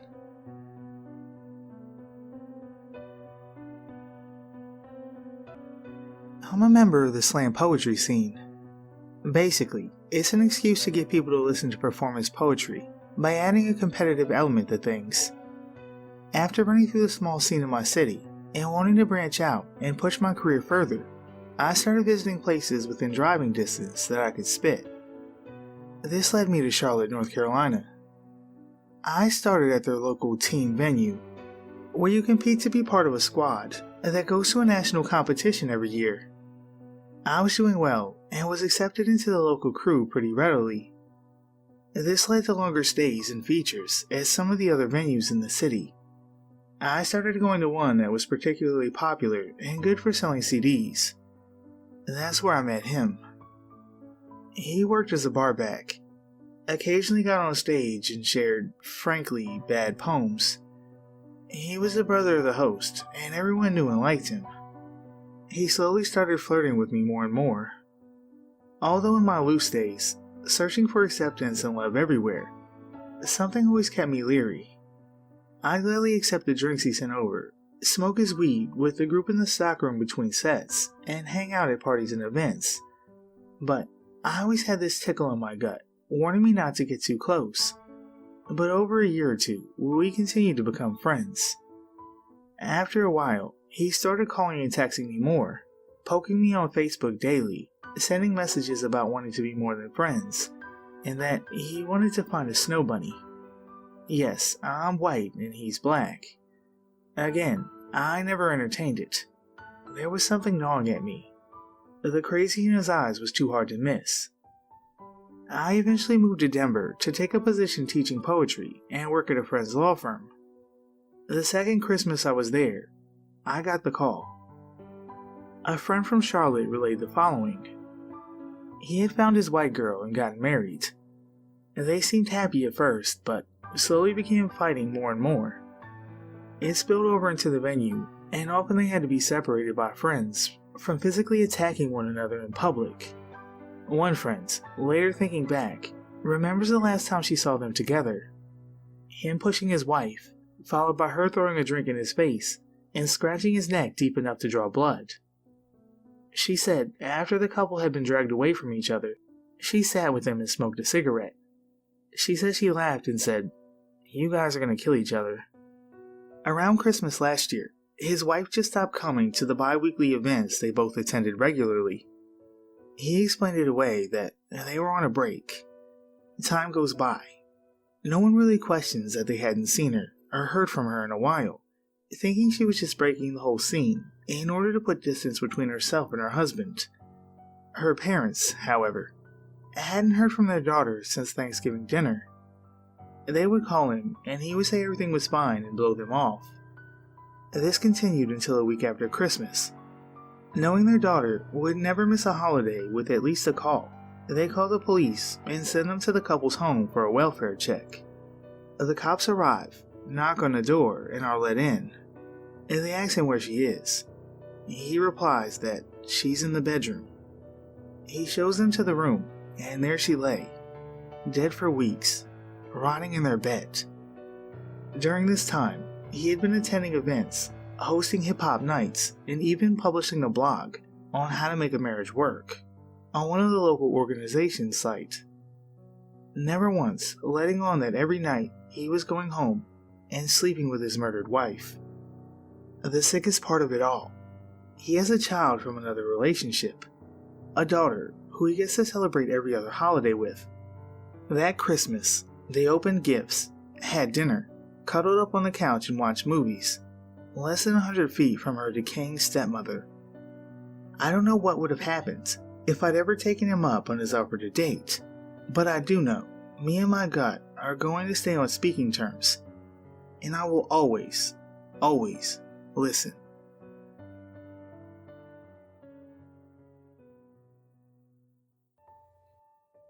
Okay, so first off, this happened a few months ago.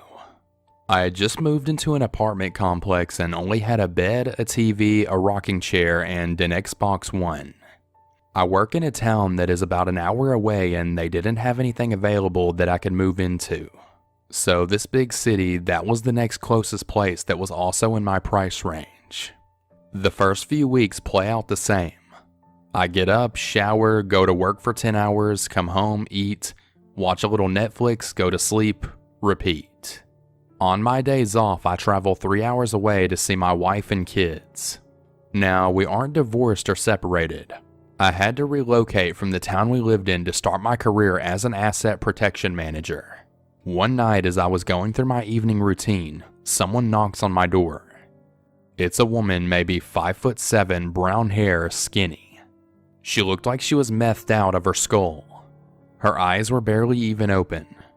She asked to talk to someone named Jareth. I told her no one by that name lived here. She said he did. She said she was here last Thursday and he was here. She wanted to buy drugs from him and this was the address she was given. I once again told her that no one named Jareth lived here and then shut the door on her. She started banging on the door, crying on how she needed her fix. I told her to screw off. After a few moments, I heard someone yell at her to shut up or they were calling the cops. The banging stopped and I never saw her again. I sat back down to continue watching the movie that I had on Netflix. I started thinking about what the woman had said. She couldn't have been here last Thursday. I was off work last Thursday and Friday with my wife and children. I started to look around more closely. Nothing seemed out of place. I checked all the windows. Nothing was cracked or broken. All the security bars were locked in their places. There were no upper attic spaces nor crawl spaces. Nothing. I felt a little more secure and went about my night as usual. My next days off, I made sure everything was locked and nothing was out of place. I went to see my wife as usual. I told her about what had happened and she suggested I take the pellet gun. Now I know, what is a pellet gun going to do? Well, in her thinking, it looked like a real gun. In the dark, no one can really tell the difference. Same for at a distance. Plus, it had a CO2 cartridge in it and 10 pellets. So I took it. When I got back, I looked around. Nothing was out of place. Nothing was missing. I put my stuff up as usual and turned on my Xbox. This is where I noticed something was off. When it powers on, it takes you to the home screen. On this screen, you can see the last thing you were on plus the previous things you've done.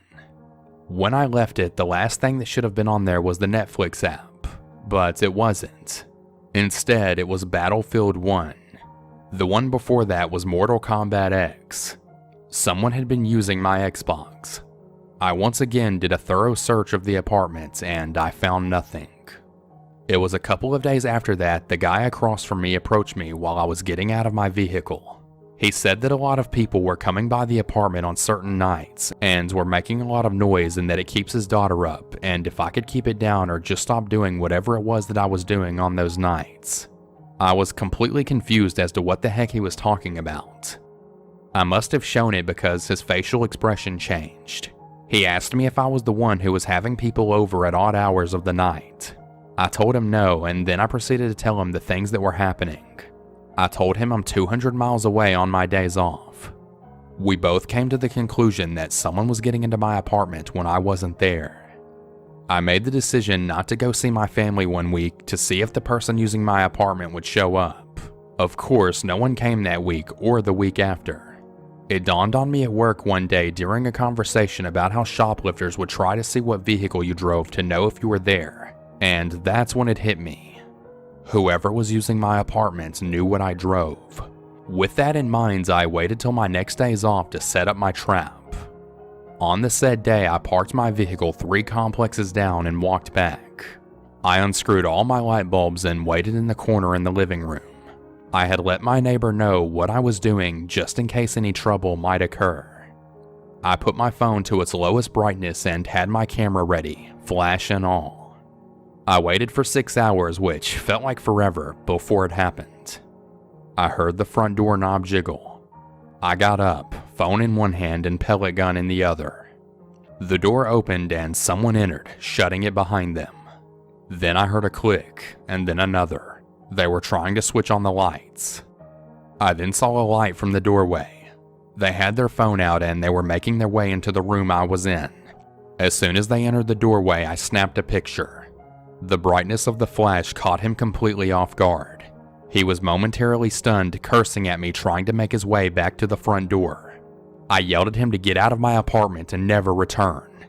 He had reached into his pocket, dropping something as he pulled out a small pocket knife. I immediately raised the pellet gun and cocked a hammer. That stopped him completely. He dropped the knife, opened the door, and ran out. My neighbor, who had heard me yelling, was waiting outside of his place when the man ran out. He saw me run out of my apartment, gun and all, and asked if I had shot him. I told him no and that it was just a pellet gun, but the man didn't know. I went back to the door and retrieved the pocket knife and what he dropped. It was a key to my door. Don't know how he got it, but he had it. I showed the picture to my neighbor. He thought he recognized him, but wasn't sure. I stayed up late that night calling my wife and tell her what had happened. The next day, I went over to the complex office and told them what happened. I brought up the fact that he had a key to my door and I wanted to know why he did. They weren't sure. Then I showed them the picture of the man. They knew right then how he had a key. Turns out the person who was going into my apartment complex was a maintenance worker for them.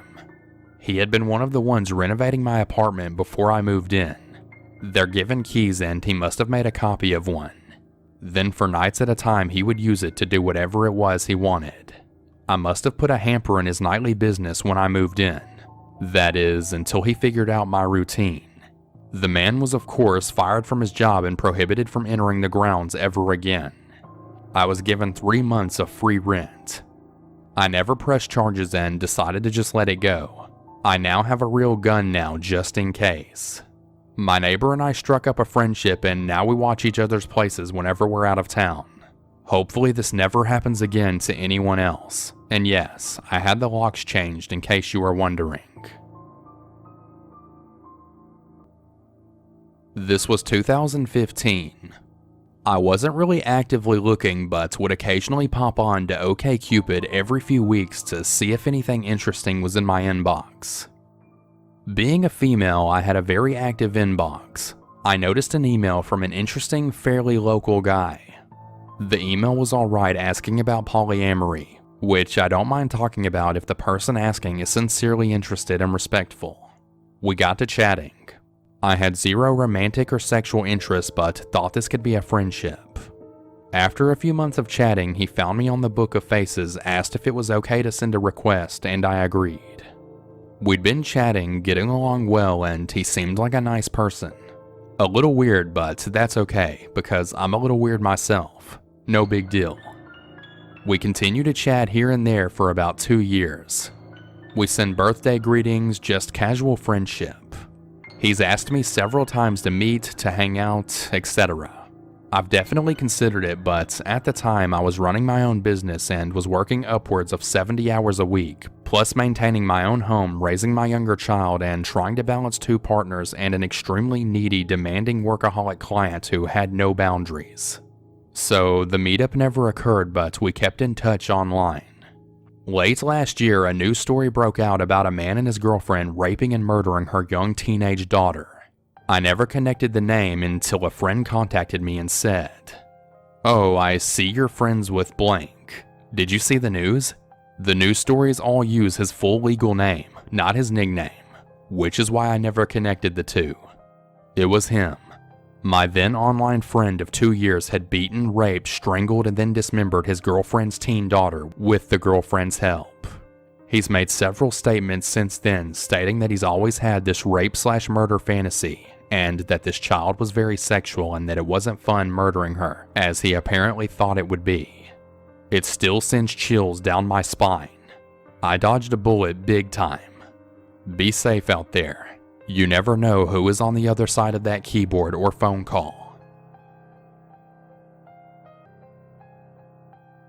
When I was 7 or 8, my family went to the beach and rented a room. We had the kind of rooms where you rent out both and they connect through a door. Like there's the doors to leave the room and the doors to the other room. In the room connected to ours, there was this army family. Military dad, some kids, and a wife. My older sister was supposed to be watching me as we were down at the jacuzzi during the evening. As we're playing and hanging out and just having a good time, this mom literally sits in the jacuzzi with us. She just starts talking to us and is making herself really comfortable. I was very naive as a kid. Eventually we start talking about books and she starts talking about her kids and we're just having a good conversation. Really in depth, I felt like. My sister decides she wants to go back to the room, but I don't. I wanted to stay and talk with the mom. So my sister goes back to the room and now it's just 7-year-old me and some 40-year-old woman. It should have definitely set off some creepy alarms, but it didn't. So she starts talking about going and walking on the beach. It's like 10 p.m. at the time and she wants to go walk on the beach and get shells. I thought it was a great idea and I'd get to walk on the beach at night. I remember feeling so free and feeling like a big kid. I didn't need my sister or my parents or anything. So I run back to the room to tell my grandparents that I'm walking on the beach with Sue, or whatever her name was. I remember my grandmother reading her book, barely listening to what I said. She just shooed me off. So I start walking down the creepy motel corridor. So I'm going through the stairwell like something out of a movie. Too bad I'd never seen this movie. So I'm walking through the stairwell and the mom's way at the bottom telling me to hurry up and this and that. While walking through the stairs, the army dad comes running to where I'm at. He told me, "Your mom is calling you. It's really important, we gotta go." And basically grabbed me by the wrist and led me back to our room. He knocked on the door and explained what had happened. I never thought much of it until about a year ago when it came back to me. This woman was leading me away to the beach alone at night, and this army guy got a terrible feeling in his gut, so he intervened. When he said my mom was looking for me, as I don't live with my mom, it set off some alarms in my head.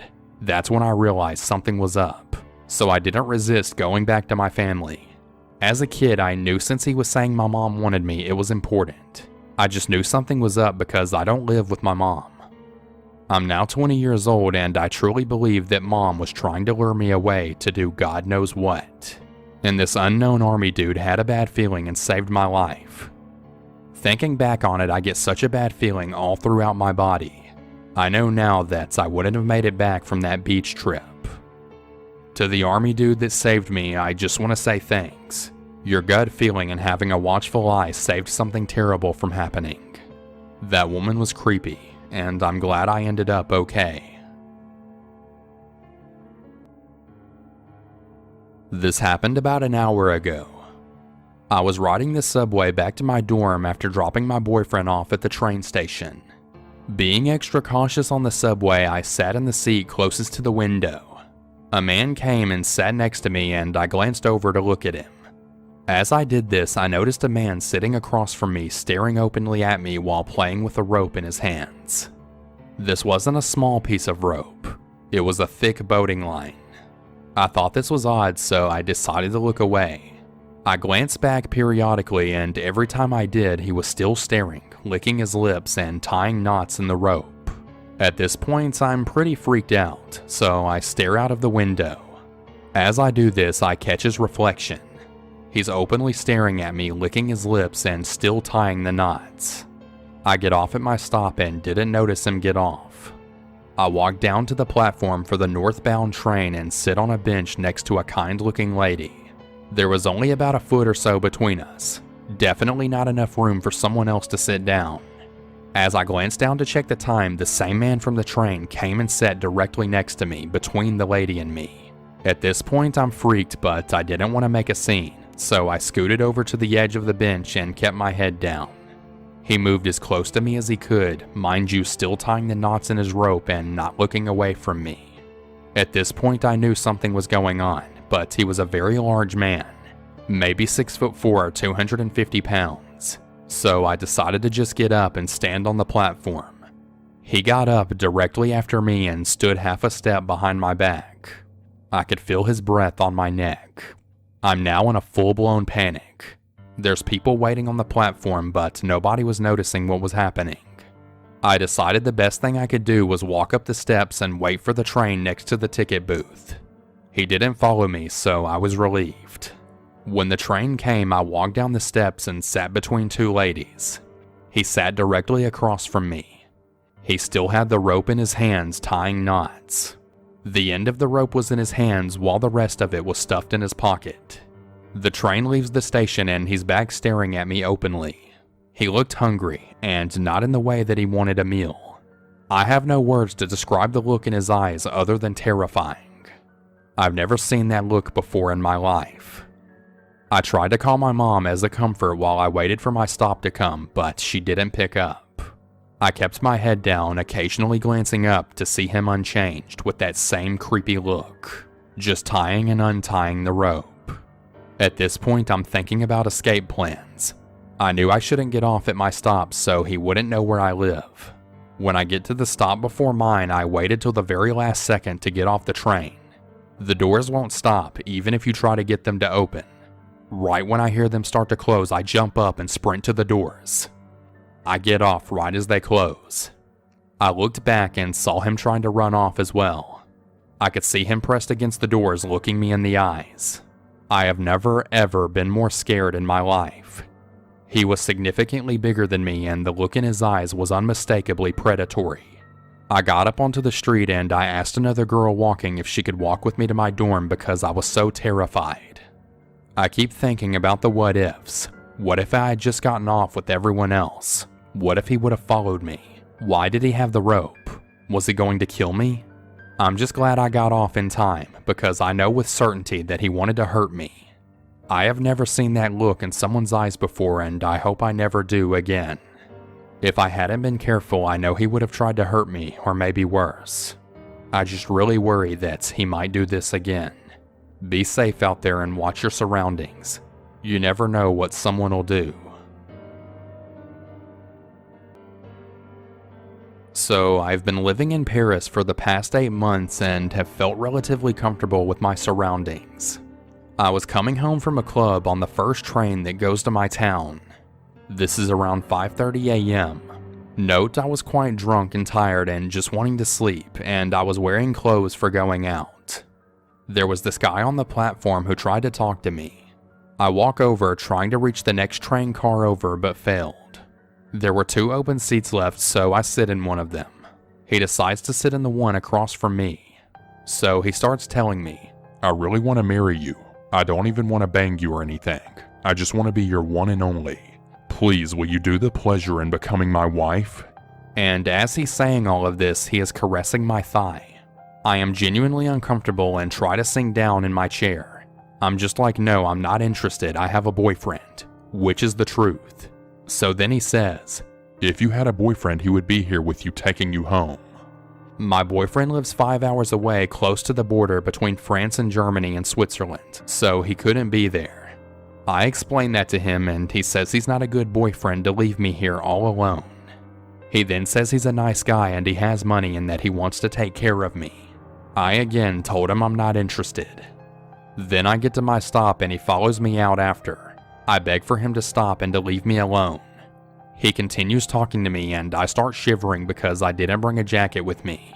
He sees this and forcibly puts his jacket on me. He says that I'm not feeling well and that he'll walk me home. I beg him not to. He tries to talk to other people to get them on his side. We reach this one lady who saw my discomfort on the train. We explained both of our sides to her for about 2 hours, I kid you not. She finally says since you're not her boyfriend, you can't walk her home. I'll do it. I was so thankful to her. We left and she had to take her bus to work. I thought that I was finally safe now away from this weirdo, but sadly I wasn't. So I start walking to my apartment. I live about 10 minutes away from the station. I was about halfway there when I hear a whistle. I turn back and lo and behold, it's the creep. He runs up to me and continues to say the same things and beg for my number. He does this all the while he's caressing my face. I slap his hand and tell him if he doesn't stop, I'm gonna hurt him. He continues to harass me, so I threaten to call the police. Only then does he scamper off. I came home at around 8:30 to 9 and cried my eyes out. I'm glad nothing bad happened to me, but I really wish that creep would have left me alone. For a bit of context, I'm a 22-year-old female, about 5'2" and about 125 pounds. My mother is 45 years old, 5'0" and would blow over in the wind. We both look much younger than our actual ages, and due to that and small statures have had our fair share with run-ins and with creeps. I tend to carry a small arsenal on me at all times because of this. Pepper spray, taser, pocket knife, and a small dagger inside my purse, so I tend to be pretty confident that I can handle myself. This particular night, however, was the worst we've ever experienced with creepers. My mother and I were grocery shopping at our usual Walmart. It was later on in the day, around 7 p.m. Something we try to avoid because, as I said before, our fair share of run-ins with the creepers. We just pulled into the parking lot and began our trek inside, and I spotted 5 young men, older than myself but still young, standing outside the store laughing and smoking near the front door. I pay it no mind when they glance at me and my mom, and we walk inside to the carts. The men all head inside now, and again I shrug it off, but keep a mental note of their faces. I tend to be on the paranoid side. We head inside, moving straight for the grocery section, and as we shop I keep noticing 2 or 3 of the 5 men are in each aisle we go to. Alarm bells start to go off, but I push the paranoia aside and just keep my head high as we walk. Most of the time, confidence puts the creepers off. I make sure to go down a few random aisles just to test it out, and sure enough, at least one of them is always there.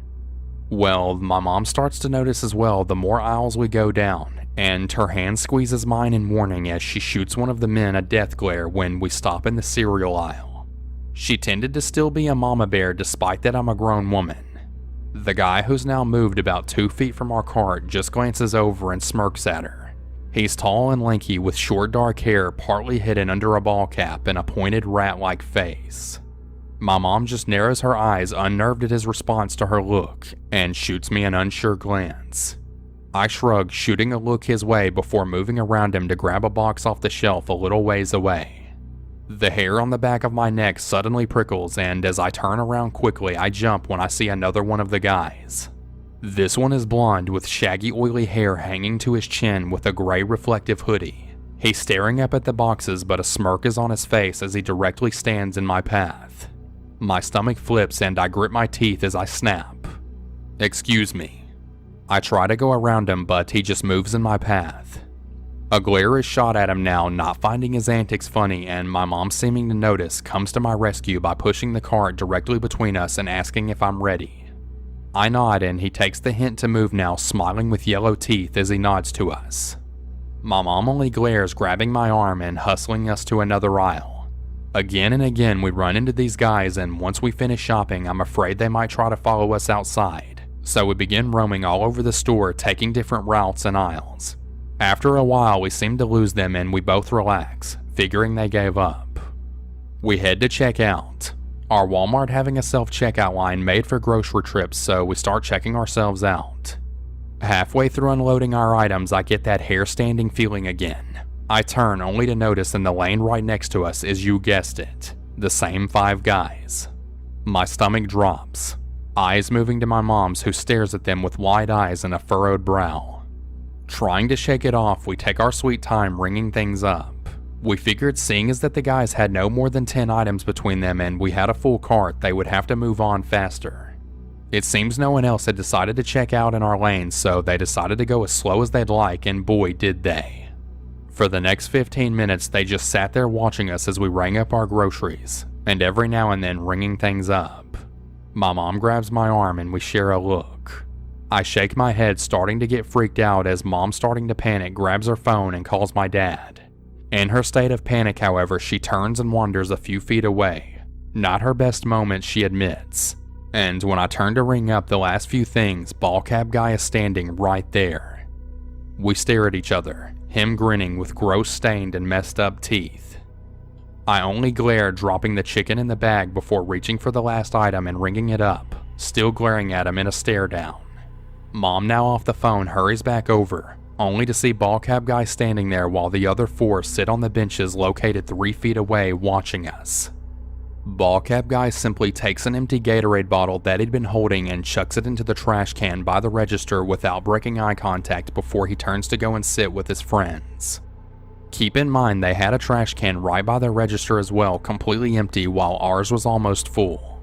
Mom and I, not knowing what to do, start fiddling around hoping they'd get impatient and leave. Nope. As we pay and get our receipt, they're still there, so my mom grabs my arm and steers me toward customer service, telling me that my dad told my mom to get security to walk us out. The guys move and we walk out once we head over, and I feel relieved that they finally left. The ladies at customer service were amazing and very understanding, and they stood with us the whole time while security, a big man with a calm and confident persona, came over to take their descriptions and went over to the front doors on both entrances to make sure they weren't still around. When he got back, he told us when he went out one of the entrances he found 5 men matching their descriptions hanging around the front of the building out of sight, unless you walk out of the door and turn around. He said that the minute that they saw him, they took off. He also promised to walk us to our car and let the officer outside to know what was going on. We thanked him and the ladies, and we thankfully made it to our car with no problems and haven't seen those men again.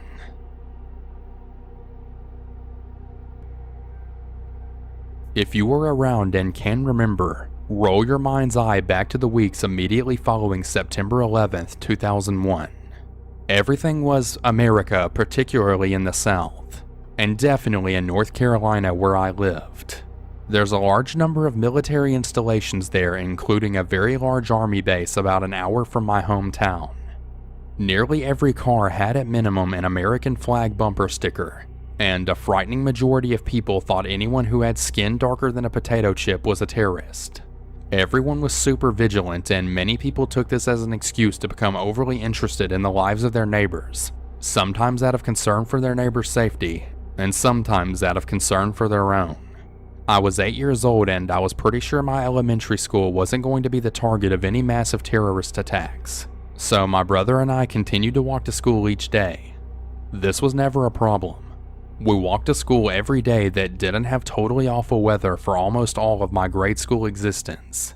My neighborhood even had weekly paved trails, including one that led directly to my elementary school that we always took.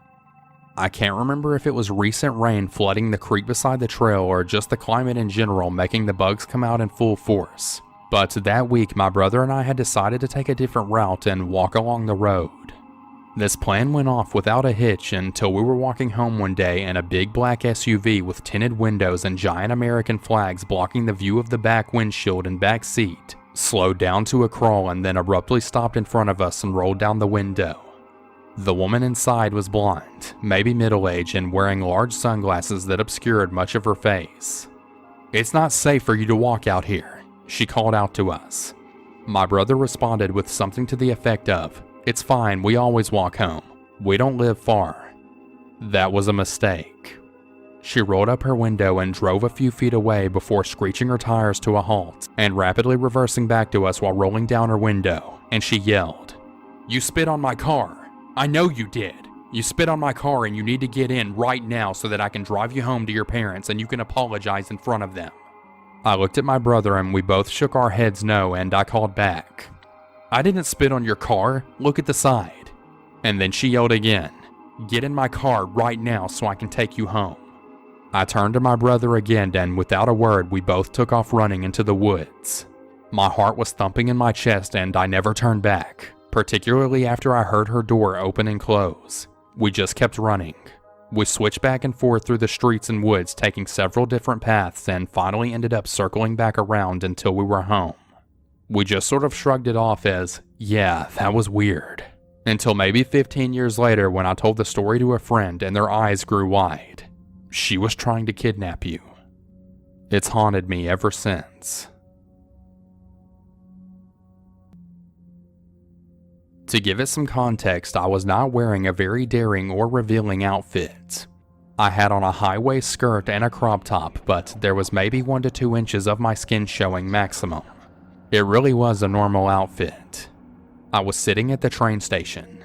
The train was late as usual. Next to me on the bench, I see an old man reading a book that's handwritten in Russian. I actually thought it was kind of cute. Didn't think much of it after that. We finally board the train and the old man ends up sitting across from me. There was no one else in our little booth of 4 benches. The first 30 minutes or so go by without incident. He's reading his handwritten book and I'm also reading a book and just playing on my phone.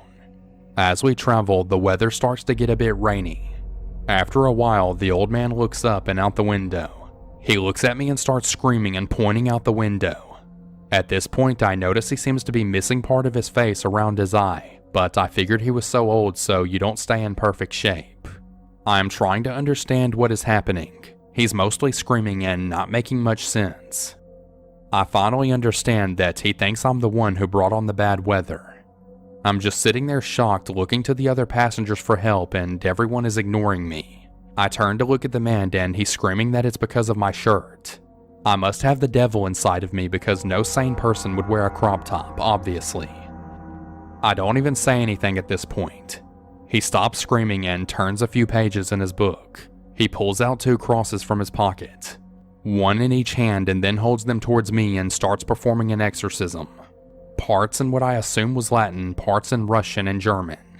He's leaning towards me, crosses in hand, opening and closing his eyes, screaming throughout the exorcism. I don't even know what to do at this point. I couldn't leave the train cart we were in. Even if I got up, he would still see me or find me since it was pretty small. I debated going to hide in the bathroom, but I still had a good 50 minutes left on the train, and I was afraid that he would wait outside the door and hurt me as I eventually tried to leave the bathroom. So I sit there. He finishes his exorcism and seems to be content with it. He keeps telling me that I need to leave the country because the churches in Germany are crap, and I need to go to a good church in Russia for a proper blessing. I nod and sit there. He reads his book. After another 10 minutes or so, he pulls out a card and hands it to me. I look at it. It says his name and photo and says that the holder of this card is severely mentally disabled. I am thinking that maybe he escaped from some kind of facility somewhere. I couldn't get a good look at the name of the hospital. I just anxiously wait for the train ride to end.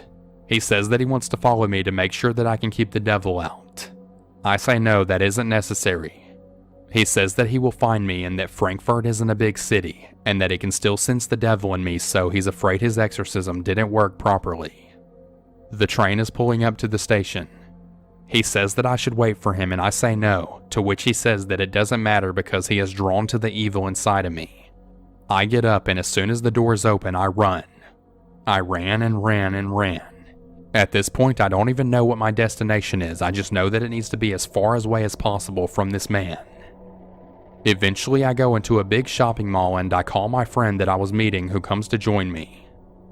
I never saw that creepy old man who performed the exorcism ever again. Thank God.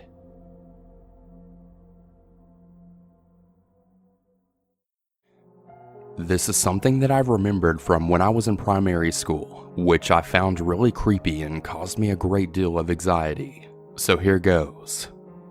When I was in primary school, I had a friend who was in the year below me. Her name was Polly. I think we were around 10 or 11 years old at the time, and we met at our after-school club and basically just became really good friends and spent a lot of time together in and out of school.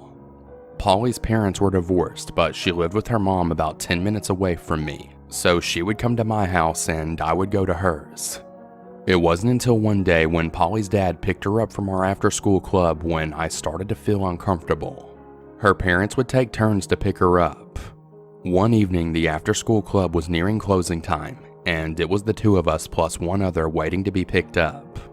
Her dad arrived and Polly introduced me to him. He was tall, had curly ginger hair, and wore a suit and glasses. He looked pretty normal for the most part, but what I remember was that he just stared at me for about 3 minutes and nodded while Polly was rambling about me coming over for dinner next time, or something like that. There were a few occasions after that where her dad took us swimming but watched us from the benches upstairs, and I remember that whenever I happened to look up he would be staring, although it would be easy to say he was just keeping an eye on us, but honestly this guy never even smiled. He just stared, and it was unnerving to say the least. There was another time when he took us to a barbecue, and whenever I would catch his eye, it's like he was trying to stare me down, and the whole thing just made me so uncomfortable. One evening when we were at our after-school club, I decided to ask Polly what her parents thought of me. I felt sick with anxiety when she told me she had asked her dad if I could sleep over, and he said something like, Of course, she's a nice girl. She's very pretty. Polly had then said, do you fancy her, Dad? And she said that her dad looked away and didn't answer. Whenever I think about this now, more than 10 years later, I think about how weird it would be for a child to ask their dad that kind of question, so I really don't know if she was making it up or not. Either way, after that incident happened, I tried to distance myself from her, but I would still notice her dad staring at me whenever he came to pick her up. I ignored it, and eventually I ended up moving schools, but whenever I remember it, I still get the creeps from it.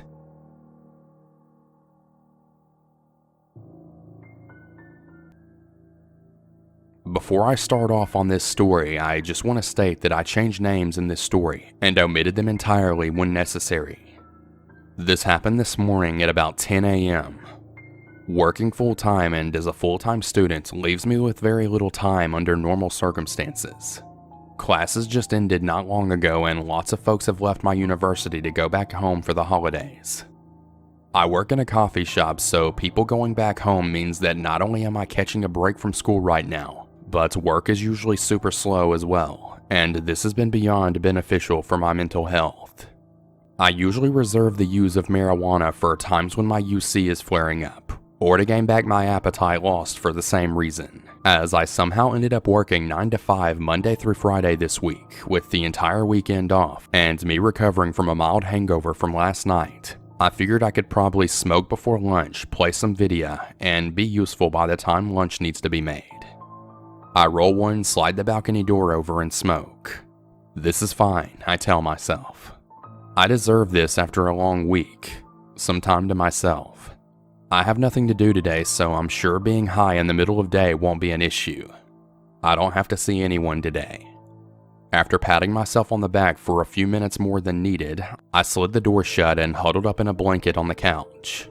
I was the only one awake in my apartment this morning, and I could hear someone in the hallway. All of a sudden, there are 3 hurried knocks at my door, and I bolt up. Oh crap, did I forget someone was coming over to meet me? I think as I look through the peephole to see a middle-aged man with Homer Simpson hair, transition lenses, and a handful of gold-colored wrapped presents. He's also messing around on his phone when I look out, and I see the unit directly across the hall is getting Domino's, and the driver is standing in their doorway. Not feeling uneasy considering the audience, I open the door. This man then greets me and starts to walk in. I stand firm in the doorway, and once he realizes I'm not moving, he sticks his hand out. So I shake his hand back firm while staring him in the eye, still confused on what's going on. Keep in mind that though I was trying to look tough, I'm a fair-skinned blonde man with cracked lips. I'm in my PJs and my eyes are definitely red and glossy. I'm her father, He tells me. I could have sworn that I remember our roommate mentioning that her father is a tall black man, and this gentleman was not only white but probably standing at about 5 foot solid. Oh, you're Linda's father? I asked. It was very important that I said her name. Let me go let her know you're here. Hold on, I said, and I made my way down the hallway to knock on her bedroom door, next to my fiancé and I's shared room. I go and knock and say that there's a visitor for her, and by the time I knock, he is right behind me, still messing around with his phone, all the while holding those presents in his hands.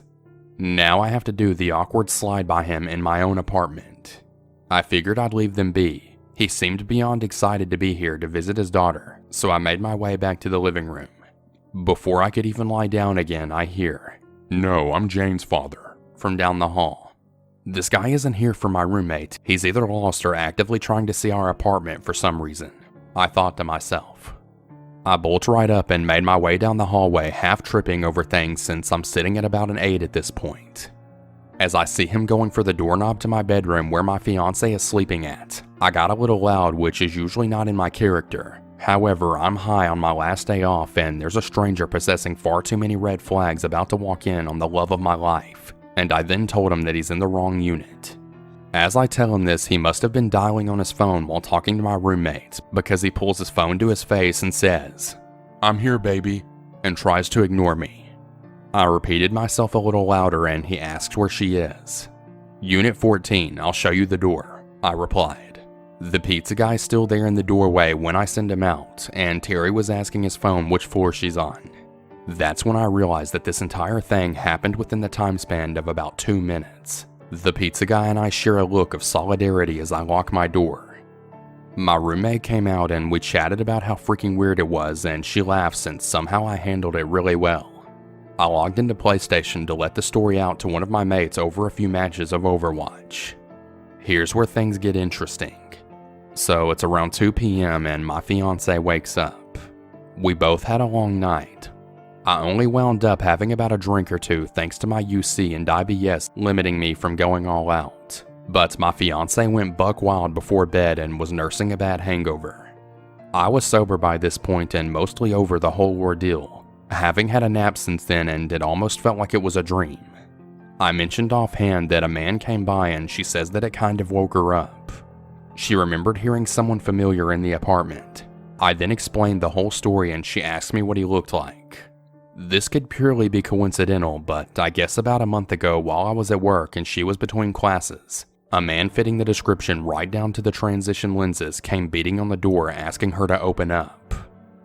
Unfortunately, I forgot the exact details of the encounter, and she's sleeping right next to me now, so I can't ask and wake her up.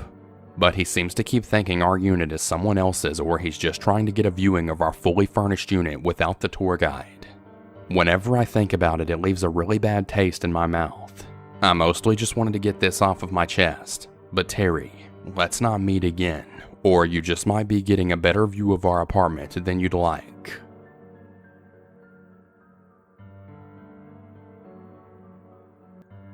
Back when I was 7 to 9 years old, my mom had just started to let me walk to school all by myself, as I only had to walk up the road around 2 corners and then I was there. It was basically the same route whether I walked left or walked right from where my house was. I normally walked left, which followed the main road past our house, but I eventually decided to walk right after a few weeks, as that's where our grade was supposed to play at play and lunchtimes.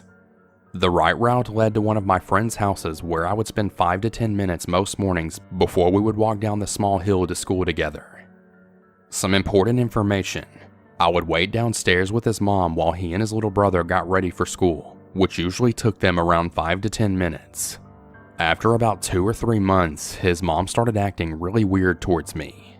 She would stand closer and closer to me each time we met, which at first, it doesn't sound so weird. She eventually got me to sit in their living room and talk to her about myself, but very personal details like if my mom and dad leave me alone, if I ever thought about having sexual relations yet, if I masturbated, etc. These things were confusing for me because I was overly naive, so I always answered, "I don't know, I never really thought about it." After a while, she would start to touch on my thighs and then would ask me if I needed a nap, needed to sleep, etc. She also kept saying things like, "My husband will be home soon," sometimes once and sometimes a few times. The only person who knows about this to date is my partner, and I never told my parents or anybody else. For all I knew, I probably shouldn't tell anybody because she was an adult. Adults are superior, they know best, and they can do what they want. This is what my young mind believed when I was younger, and considering I've known her for a few months before all of this happened, I didn't think anything of it before I grew up and had some worse experiences. I've kept this bagged up for a while now, and it feels nice to get it off my chest. I really hope that she never pulled that kind of crap on any other children besides myself. It's truly sickening that an adult could take advantage of a child like that. I really hope that I never encounter her again.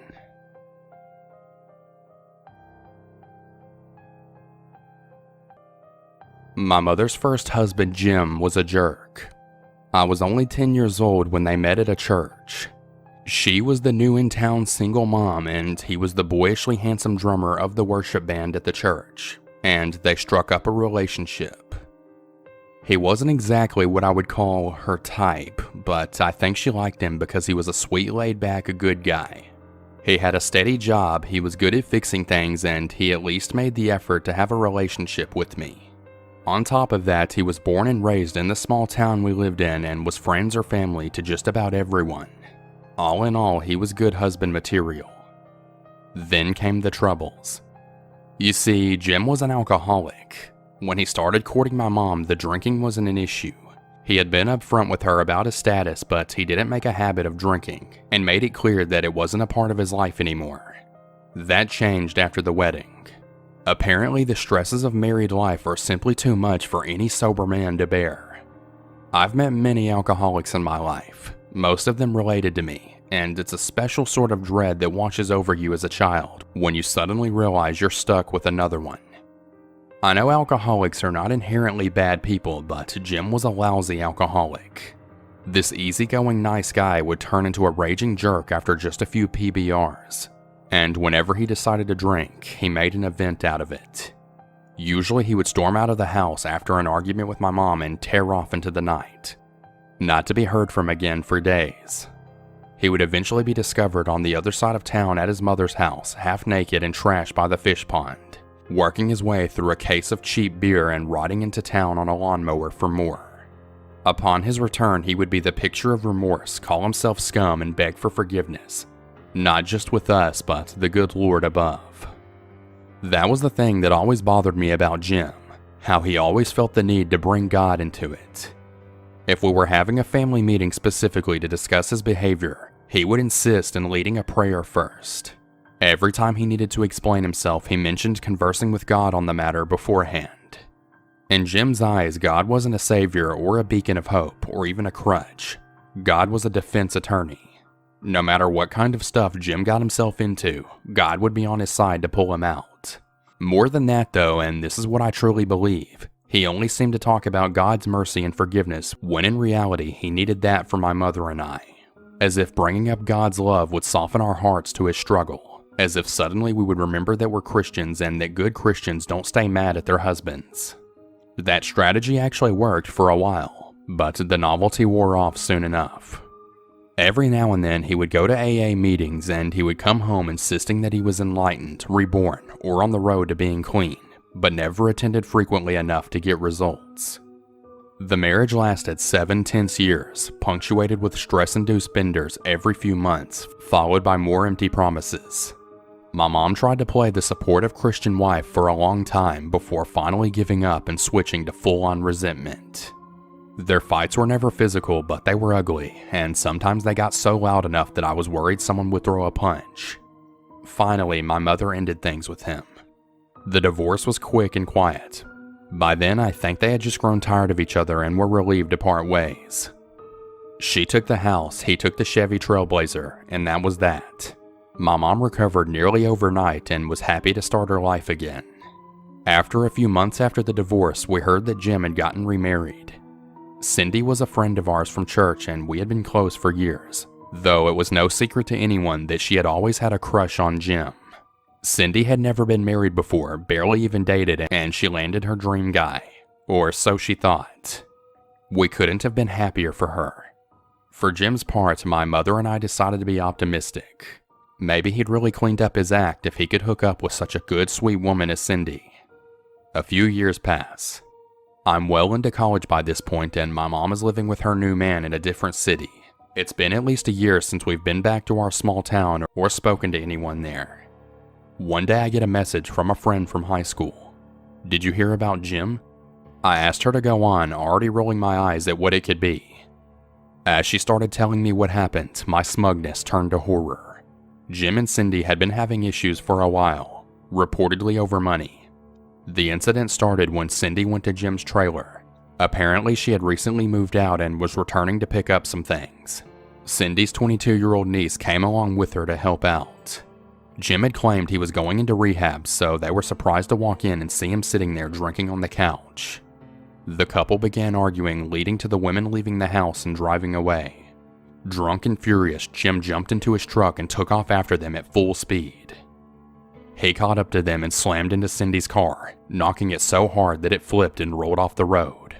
Realizing what he had just done, Jim backed away and sped off in the other direction to hide. Cindy was in critical condition for days before she was finally declared stable. Unfortunately though, her niece died instantly. Jim was found hiding out in some farmland a few hours after the incidents and was swiftly charged with murder, DUI, and fleeing the scene, among other things. The city's golden boy had just sunk himself into a whole lot of crap, and not even DA Christ could get him out of this one. This story is awful and upsetting for a lot of reasons, not the least of which being two innocent women were so viciously attacked by this drunken idiot, and that they all happened to be people that I personally knew. But the one thing that still chills me is the car Cindy was driving was a Chevy Trailblazer. The very same Chevy Trailblazer that Jim got in the divorce.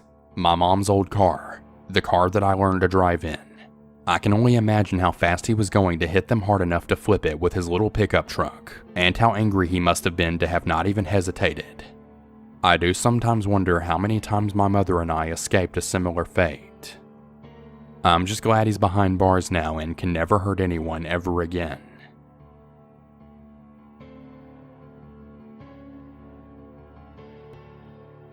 So a few years back during my senior year of high school, my stepdad made a very poor decision. His decision has caused a lot of pain and suffering for my mom and I, and we're both still in counseling for PTSD and anxiety disorders. For a little context, my parents got divorced when I was 7 years old. I'm also a female if it matters to anyone. I was used to them each dating other people, and I was actually very happy for my mom when she told me she met somebody new. That is, until I met him. As soon as I met this guy, we'll call him Don, I had a horrible feeling in my gut. Don was originally from Florida and he moved to Kentucky right before he met my mom, leaving behind his ex-wife and son. He was a weirdo in every sense of the word, always trying to start an argument over petty topics or walked around shirtless with his strange nipple rings out while my friends were over. Although he was weird, he was never threatening or abusive at all towards me or my mom. That is until one night right before my mom's birthday. I remember the night clearly. It was my best friend's birthday and I was waiting for her to come pick me up to go to dinner. My mom and Don also had plans to go out and watch the UK-Florida basketball game. As an only child, my mom has always been very protective over me, so she wanted to wait until I left with my friend before she left with Don. This, for whatever reason, really pissed Don off, and he stormed out of the house without her. I left shortly after. I returned around 4 or 5 hours later and Don had not come home yet. My mom acted very weird and nervous when I asked about him, and just ushered me off to go to sleep. As I was sleeping, I was woken up by my mom screaming my name. Obviously disoriented, I groped around for my phone thinking I had overslept and was late for school. When I checked the time, it was nearly midnight. My mom screamed my name again and told me to shut the door and call 911. This is pretty much when things hit the fan. I started freaking out and jumped up to slam my door and lock it. Right as I did this, 3 gunshots flew through my bedroom door, narrowly missing me. I grabbed my phone and jumped to the other side of the bed and lied on the ground, hoping to avoid any more bullets. I barely had time to get out my address and inform them that someone was trying to kill me before I heard my mom scream one last time before 2 more gunshots rang out. Everything fell silent and I had a horrible feeling that someone had just murdered my mom. I got up from the floor when I heard the person begin to throw themselves against my door in an attempt to break it. All that was running through my mind at the time was getting to my mom and staying alive. Eventually he broke my door down and I was horrified to see that it was my stepdad. His eyes were glazed over as he grabbed me by the collar of my shirt and put the barrel of the gun up to my head. I screamed and fought as he said over and over, "Is this what you wanted?" At this point, a lot of the details get hazy, as I had a ridiculous amount of adrenaline pumping through me, but I somehow managed to back him up and push him down onto my bed. I used both of my hands to hold his hand with the gun away from me. We struggled like this for a while until my mom came in. She had a gunshot wound to the neck and stomach and laid across the gun while telling me to run. I hysterically ran out my front door and up to the street to my neighbors. I scared them half to death, but I was able to redial 911 and tell them what exactly was happening. As I was at my neighbor's, my mom was still in my room with my stepdad. She says this is when she became very weak from blood loss and rolled off of him onto the ground. She asked why he was doing this, and he simply put the gun in his mouth. She took this opportunity to run out the front door right into the arms of a police officer. In the end, the police ended up having a standoff with Don as he barricaded himself inside. He made the mistake of pointing a gun at them and they blew half of his penis off, which was a small amount of retribution, and then arrested him. He is currently serving 45 years in prison, and to this day will give no reason as to why he decided to do this to us. In all honesty, I don't really care. My mom and I lived through it and have grown much closer because of it. We actually got matching tattoos that read, "Strength comes from the madness we survive."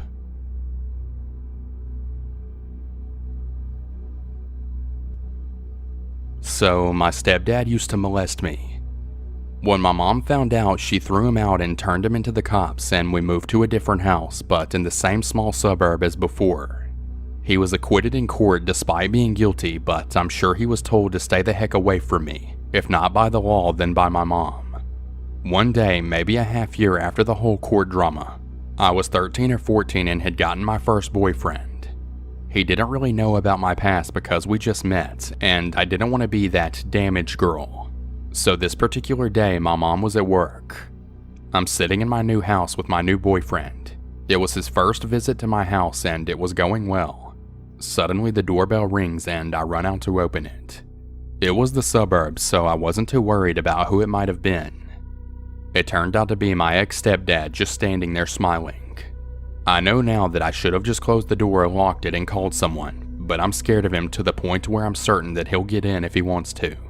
He had that crazy stare that somehow makes that kind of person able to do anything. He had this big duffel bag in his hands and I think all kinds of other stuff. I thought it was stuff he brought to kill me, but he just handed me the bag and says, "I found some of you in your mom's magazines. I thought you'd like to have them back." On the inside, I'm freaking the heck out because I knew straight away that he somehow knew that my mom wasn't home. He would never have shown up if she was, but I take the bag and say something like, "Thanks, bye," and start closing the door. He puts his foot in so I can't close it and kind of pushes it open again, looks at me and says something like, "So what are you doing?" and starts smiling that creepy pedo smile again. Again, I should have just yelled for my boyfriend sitting in the living room, but I feel like if I drag him into all of that drama, he'll totally dump me, and I'm too embarrassed. So instead, I go in my own kind of combat mode, move in closer to my stepdad and say, "I'm with my boyfriend," and point to my boyfriend's shoes in the hallway, and then he gets a new look on his face. I don't think I had ever seen it before, but as soon as I saw it, I knew I messed up some creepy plan he had. It's like something inside of him just shut down and he stopped having that creepy smile on his face. I don't even remember what he said afterwards, but I remember he just kind of left awkwardly. When I opened the bag, it was just filled with old magazines, but they were all his. I called my mom at her work straight away and told her he'd stop by. Shortly after, she came home and called him up and yelled at him for like an hour. I never saw or heard from him ever again, but I can't really shake the thought of what he would have done to me had I not told him that my boyfriend was there. Like I said before, that look on his face just showed that he had some kind of creepy plan for me, and when I told him my boyfriend was home with me, it seemed to have messed up his plans. Whatever the case, I'm just glad I've never seen him since, and hopefully it'll stay that way.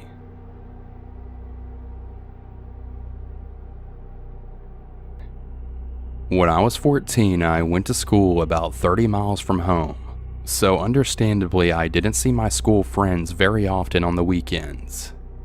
I was so excited when I finally got the chance to stay over at my friend's house, as she was much more popular than I was, and I thought this might be my chance to cement myself in the cool group at school. My friend had always been popular with the boys, mostly because she was very flirtatious and what I would call a tease today. It was only as an adult that this behavior made more sense, so I get to my friend's house and I meet her parents.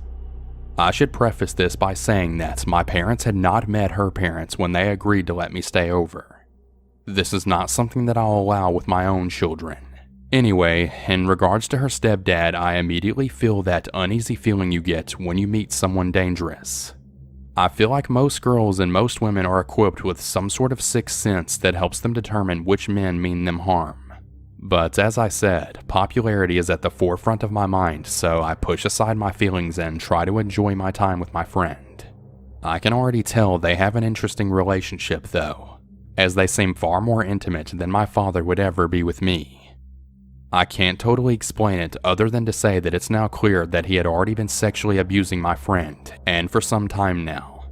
The most terrifying moment came while my friend was out of the room for a few minutes.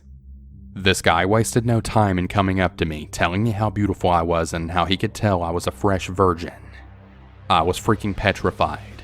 He then tells me that he would very much like to be the one to take my virginity, that he has done it before and that the girls have enjoyed it and that I would enjoy it too. I can't remember exactly what I said as it's been 18 years now, but I'm sure I mumbled something about not being interested and my friend miraculously came back in the room. You could tell by her face that she knew something was going on and she seemed so apologetic, as if it were somehow her fault. I get so angry when I think about her trying to make the situation okay for me. I spent the rest of the night on hyper guard, though he never made another advance. He basically stayed away from us, maybe because he suddenly realized that I might tell my parents, but he needn't worry about that. For all the times my parents told me as a young child to tell them if anyone ever touched me, they never really talked to me as a young adult. I stuffed this incident down inside and never told anyone until I met my husband. I moved up in the ranks of the cool people, so I guess I got what I wanted in the end, but I can't stand to think of this incident too much or else I get really mad. I also worry that no matter how much I tell my son to tell me if something bad happens to him, like myself, he might not. But hopefully something like that will never happen. One can only pray and hope.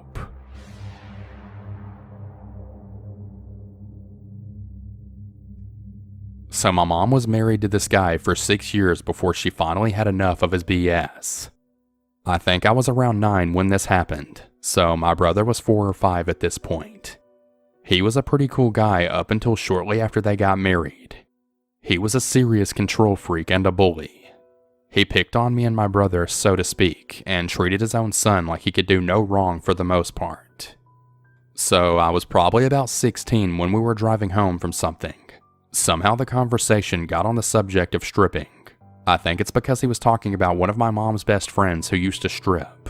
While we're in the car on the way home, it was just me and him, and we get home and we're walking up the stairs to our apartment.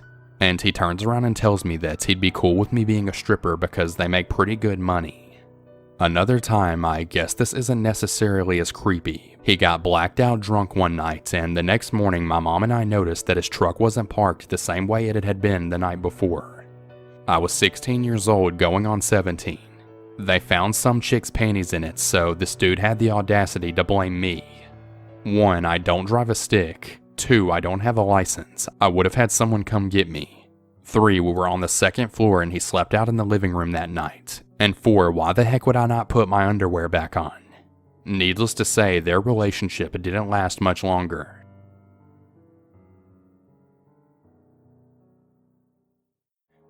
Back in 1998 or 99, I was around 5 or 6 years old and living in a crime and drug-ridden part of the downtown area. Our house had a giant backyard that was full of thick jungle-like trees and bushes that had been taken over by the earth, and also random passerbys. We knew this due to the heroin needles that were around, and half of a mattress that had once been on the forest floor that had since grown 15 feet into the air with the trees. There was also a path that people would use as a shortcut to the main road, so there was a lot of traffic with shady people passing through. When you're a kid, this is a nightmare of a backyard, so I was spooked since the time we moved in. I would complain constantly to my mom about someone watching me from outside my window when I would try to sleep. Once or twice there had been a few times he was watching me and had shined a flashlight in my room, and I saw a flash of his face which I can still picture to this day. His dark eyes burned through me, and for a while I never said anything, but eventually I told someone.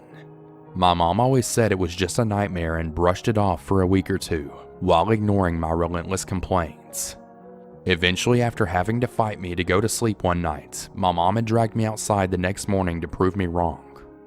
We went outside to my window, and to her surprise, the grass had been stomped on only outside of my window, to the point that the grass was almost dead and nothing but mud remained. There was also tons of scratch marks from a tool of some kind outside the window, as if someone was trying to break in. I was in a basement with one of those small windows that don't open, so breaking in through there is super unlikely, but it still shook me and my family. My mom was horrified and had started to make plans to move, but we were so broke growing up that leaving right away was not an option. Around that same time, me and my best friend, who was also my next door neighbor, had become inseparable. We hung out almost constantly and had no sense of danger, and would do dumb stuff like go to other neighbors' houses and ask for candy. Our favorite house was this elderly lady who always had hostess cakes for us, and we would actually go inside her house to hang out there. She was unbelievably nice and took care of us in a certain way. Our parents had no idea we did this, but it was our little secret. One day we were playing around the neighborhood and my mom yelled for me to come home so we could go pick up dinner just around the corner. We were only gone for 15 minutes at the most, and when we came back to the house, we were in complete shock. The street was closed off with crime scene tape, and we had no idea what was going on. There were about 2 or 3 news station vans, a dozen police cars, and either a life flight helicopter or a news helicopter getting ready to touch down. While we were getting food, a man who was not from the neighborhood but had been staying with his mom for the last few weeks had walked past my best friend's yard and saw her on the phone. She was talking to a friend and making faces or whatever young kids do, and this man thought she was making fun of him and talking about him on the phone. The man got so upset at the thought of someone making fun of him that he walked back to his mom's house, came back with a butcher knife, and planned on killing this girl for mistreating him. Because of where she was sitting on the porch, she could see him coming back with the knife. She then ran inside her home and locked herself in the bathroom. She called the police with the phone that she luckily already had in her hand. Unfortunately, my friend's mom was in the kitchen and was not as lucky. The man took his anger out on her mother and stabbed her so many times that I can't even remember the number, but I think it was in the 20s. Somehow, after the amount of times her mother was stabbed, she survived and made a full recovery after many surgeries. After his arrest, the story was all over the news, and I remember watching it with my mom pretty religiously to make sure my friend's mom was alright. They posted his mugshot, and I remember the most intense amount of fear flowing through me. The man who stabbed this woman was also the same man who would watch me outside my window. I had later found out that we had met this man weeks earlier at the elderly lady's house we frequented for candy. It was her son, and he initially had met us at her house and had been keeping an eye on us ever since. He had only gotten out of prison a month or so earlier and was staying with her since his release. I never took note of him when we first met, but maybe if I did, I would have known right away who my stalker was and could have prevented all that happened afterwards. We never did end up moving. My mom figured the danger was gone, so we stayed another year. To this day, I never sleep with the blinds open. To the creep who would watch me sleep and tried to kill my best friend and her mother, I hope we never meet again and you're rotting in jail somewhere.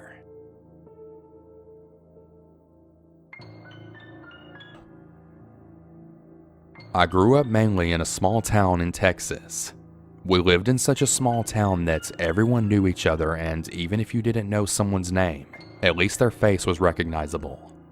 Also, I grew up with 3 other siblings and we would all walk to and from school together. At the time of this memory, I was a young 7-year-old boy, and I remember it clearly being an intensely hot day. For reasons I can't recall, I was walking home alone that day, which was highly unusual and rarely ever happened. We didn't live too far from school, but we would take certain tucked away routes that we perceived as shortcuts. This particular route was occupied by just a few houses and most of them were empty, so it was usually a very quiet, inactive area with little chances you would even encounter cars driving by. I remember thinking that it was so hot that day and my backpack was so heavy that I couldn't wait to get home. Halfway to my house, quietly out of nowhere, I hear a car slowly driving behind me. After walking for a while, I finally turned around to see it was a black small car, and I could barely see that there was more than one person in it. Being a very shy and anxious kid, I tried to ignore it and keep walking, but it continued to slowly trail behind me. Part of me thought that this was all just a prank. When my family first moved to this small town, we would get teased a lot for being the only Asian family in town. After what seemed like the longest and most awkward minutes of slowly being followed, I was starting to feel a little uncomfortable, so I stopped walking and stepped further aside to see if they would just eventually pass me. Even at the time of this happening, I never thought I was in danger because this small quiet town was known for being very safe. And like I said, everyone knew each other. The car then slowly drove up to me and rolled down its passenger window. There were 3 young men in the car. They weren't teenagers and they looked like they were in their 20s. I remember being caught off guard by not recognizing any of them, which was a very strange thing for this town. The guy in the passenger seat then said with a smile, "Hey, do you need a ride?" Still being ignorant and not sensing any danger, I thought it was so tempting because it was so hot outside. Regardless of actually wanting to get into the car, I just said, "What?" He began to repeat himself.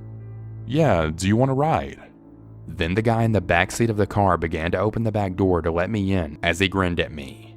Once again, even though I actually did want a ride home, I said, "What?" All 3 of them smiled and chuckled. The man again said, "Do you want a ride?"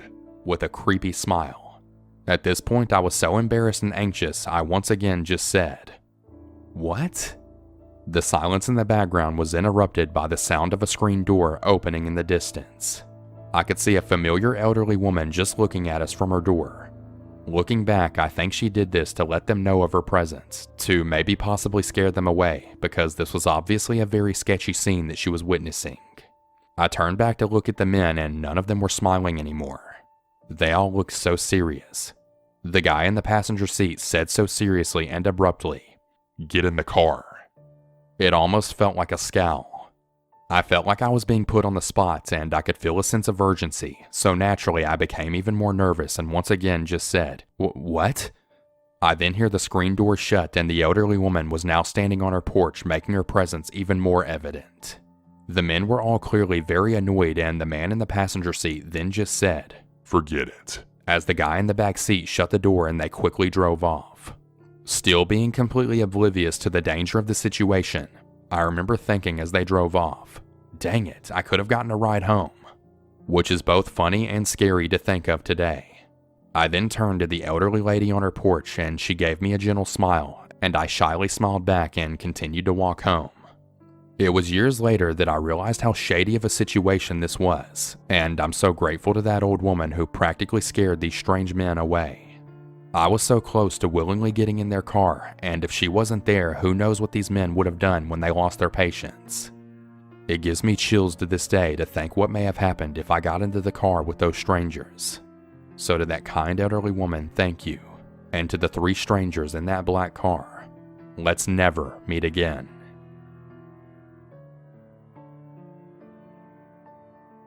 I was around 7 years old and I was very close to my aunt and uncle who lived a few towns over. We had a house phone and I was allowed to make calls to people that were on the address book. I would call them once a week just to see how they were and ask silly questions like, "How was your day? How's your dogs?" Or "When are you coming to visit?"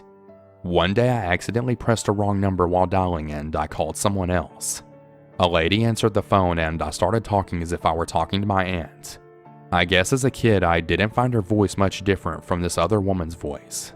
I asked her how she was and she said she was okay, but asked what my name was because apparently my number appeared as unknown.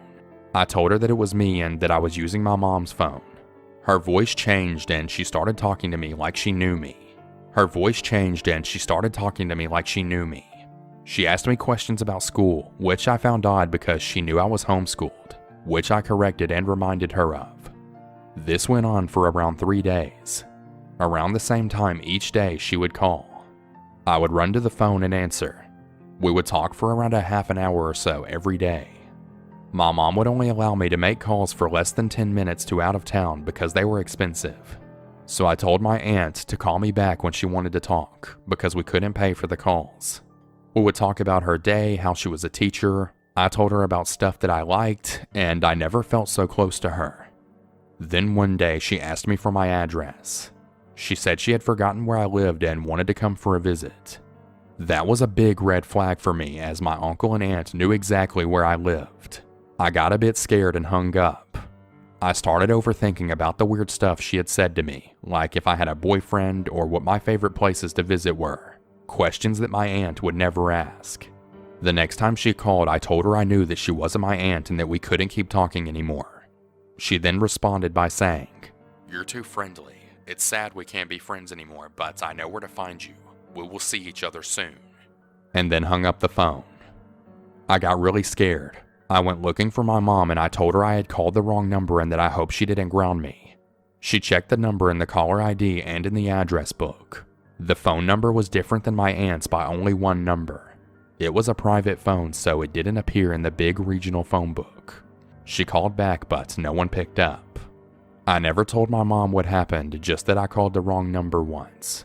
So, creepy lady who impersonated my aunt on the phone during my childhood, I hope I don't hear from you ever again.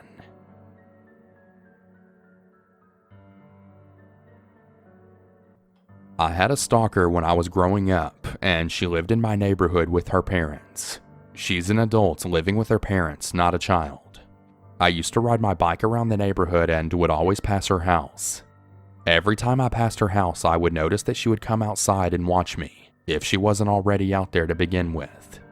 I never thought anything of it because I was young. Her watching me turned into her trying to talk to me, but of course I would ignore her because I didn't know her. Then she would follow me wherever I rode my bike, which started to really freak me out. Why the heck was this woman that I didn't know following me? Well, that eventually turned into her following me to my house and even asking if she could come in. I eventually stopped riding my bike altogether so this lady stopped doing what she was doing. I'm 14 now and still living in the same neighborhood. She's back. It all started with her coming to our door and knocking on it. I remembered her and immediately freaked out. Her knocking turned into her banging and violently shaking at the doorknob while yelling. She knew our names and she yelled both of them while saying, "Hi." I have no clue how she knew our names as neither me or my mom have ever spoken to her in our lives. The only way she would know our names is if she asked the neighbors that know us or the landlord, which is really creepy to think about. Why couldn't she have just asked us herself for our names? One night, my mom is getting ready to head out to do the laundry at the laundromat near our house. My mom unlocks the door and then goes into the living room where I am. At this point, the lady had pushed our door open, came into our house, and started walking into the living room. My mom then yelled at her and pushed her out, slamming and locking the door. This must have meant that she was waiting for the door to be unlocked or waiting for us to come outside. It could have been a coincidence, but I don't know. My mom eventually left, and as she was walking into the laundromat, the lady was walking behind her, but my mom noticed and slammed the door so she couldn't get in. It was 12 a.m. at this point. I was holding the clothes and I heard banging on the door. Of course, it's her again. I checked the peephole and I can see her running away as if she knew I was there. Now it was maybe 2 or 3 a.m. I was in the living room again. I heard something moving in the grass behind my house. I checked to see what it was and it was the lady. She ran away as soon as she saw me look at her, which has been happening every night since then. I've also been hearing a few people stand in front of our yard talking to each other quite often late at night, but I'm not quite sure if this has anything to do with this woman or not. I think this might be happening to our neighbors as well, because I heard them talking about a stalker a couple of times. I remember them saying something along the lines of, "Go away, you neighborhood stalker." I have no idea why this started up again, but I really wish it hadn't.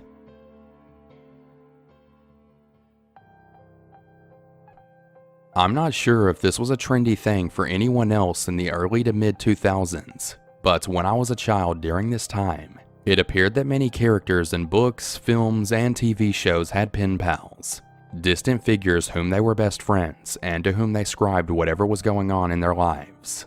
One of these TV shows, Grange Hill, actually featured an episode where a girl met up with her pen pal, who turned out not to be a French boy her age, but a creepy middle-aged man who shoved her in the back of his van. Apparently, I didn't let this sway me from seeking out a pen pal of my own. Anyway, I searched pen pals in Google and clicked on the first few sites. The one that I settled on already had a list of children's names, ages, locations, small bios, and an email address. I scoured the page but couldn't find anyone my age. The youngest girl was Lottie, age 12, from Amsterdam. I clicked on her email address and typed out a cheerful message, telling her I was from the UK and that I was only 8, but I was really mature for my age and to please be my pen pal. I remembered that she responded very quickly. I remember that she told me that it didn't matter if I was 8. She liked younger girls better anyway. Retrospectively, that's creepy as hell to say, but I was 8 years old and very naive. We struck up a friendship and we would email back and forth. I told her everything about my annoying friends at school, my parents fighting, my love for Jacqueline Wilson books and Doctor Who, pretty much everything about me. Like the idiot I was, I told her the county I lived in and the town. I didn't give her my address, but I was stupid enough to send her a picture of myself. She didn't send anything back, and I didn't think to ask because, once again, I was a naive little idiot. She told me I was really pretty. Things are still a bit fuzzy to remember, but one thing that I do remember is that she said that she really liked my eyes. A few weeks of this goes on. My older sister was the only person who knew, and one day she told me that she wasn't very comfortable with this.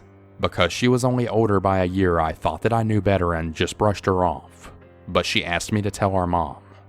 I didn't want to, but I had a feeling in my gut that I know I should. That evening I told her.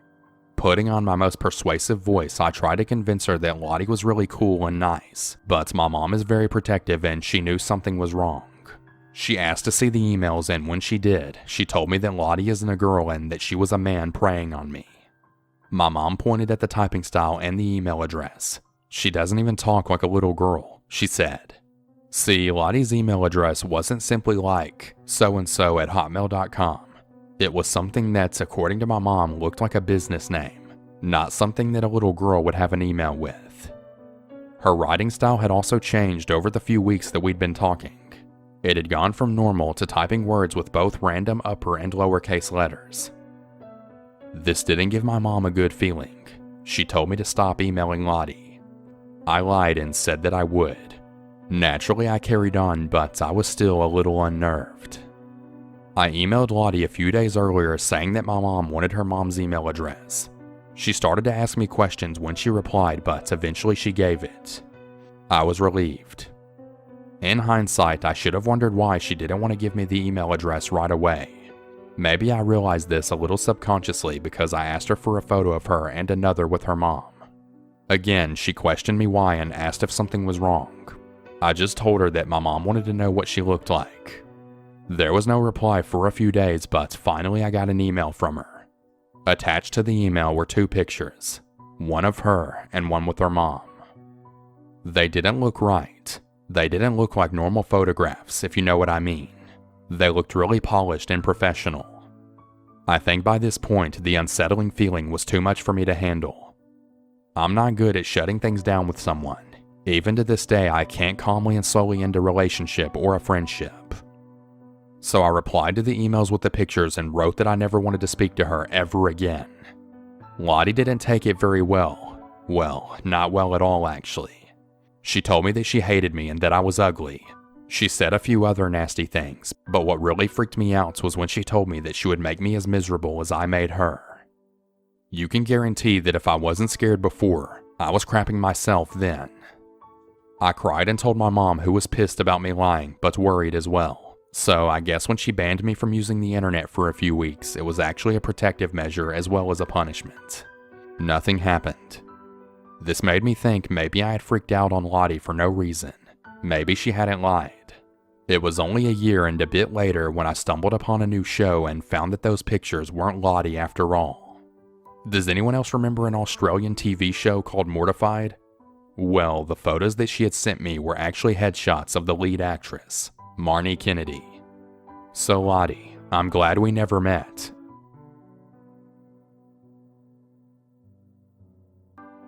When I was in junior high and high school, I was best friends with this guy named Mark. For reference, I'm a female.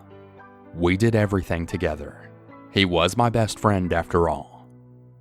Mark had kind of a troubled life. Nothing too crazy, just kind of troubled.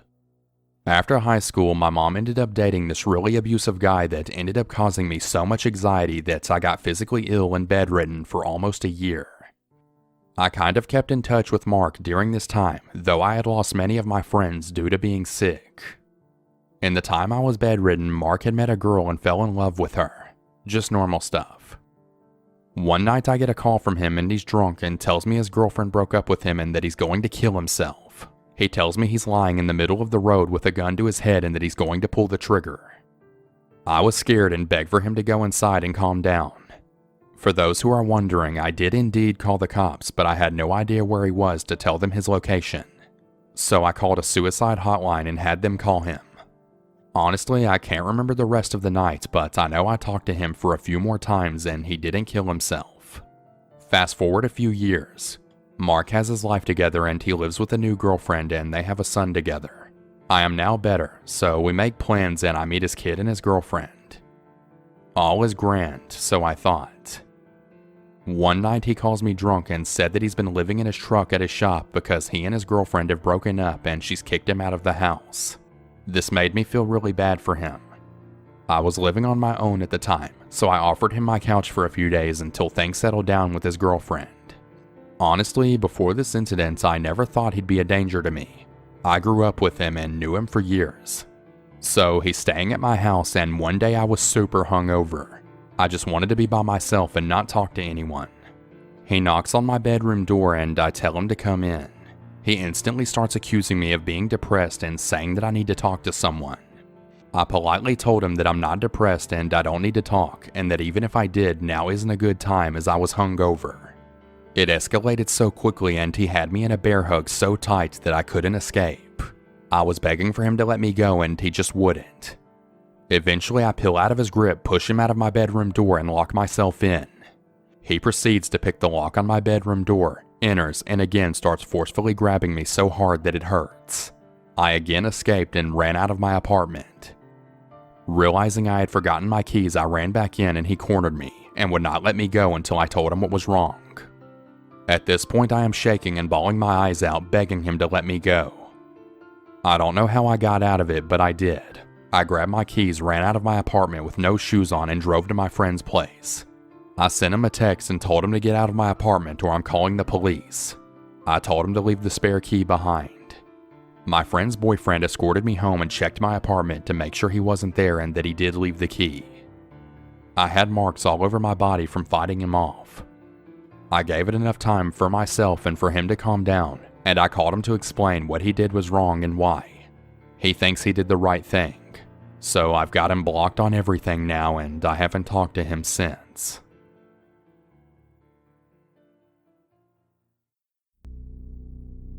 I was 10 years old and it was a hot summer day around noon. I was allowed to play in front of my apartment building with other kids, but I had to always stay where my mom could peek from the window and see me. On this day, maybe because it was noon and almost all of the other children were still having lunch or a nap, on the playground it was just me and an 8-year-old boy drawing with chalk on the ground. There weren't many people on the streets, but I remember noticing a man in his 20s walking past us, and I didn't pay much attention to him at first, until I noticed that he started to stop and turn to look at us a few times, but then he went away, so I kept drawing. Some time passed and I suddenly saw a pair of male shoes standing next to where I was crouched down, and when I looked up, I saw that it was that same man. He looked around and then asked the boy to go a little further away because he wanted to tell me a secret. The boy obliged and I was left alone with the stranger. I remember he was staring at me, and even though he was smiling, there was some undercurrent of tension in his whole demeanor, which made me feel a bit uneasy.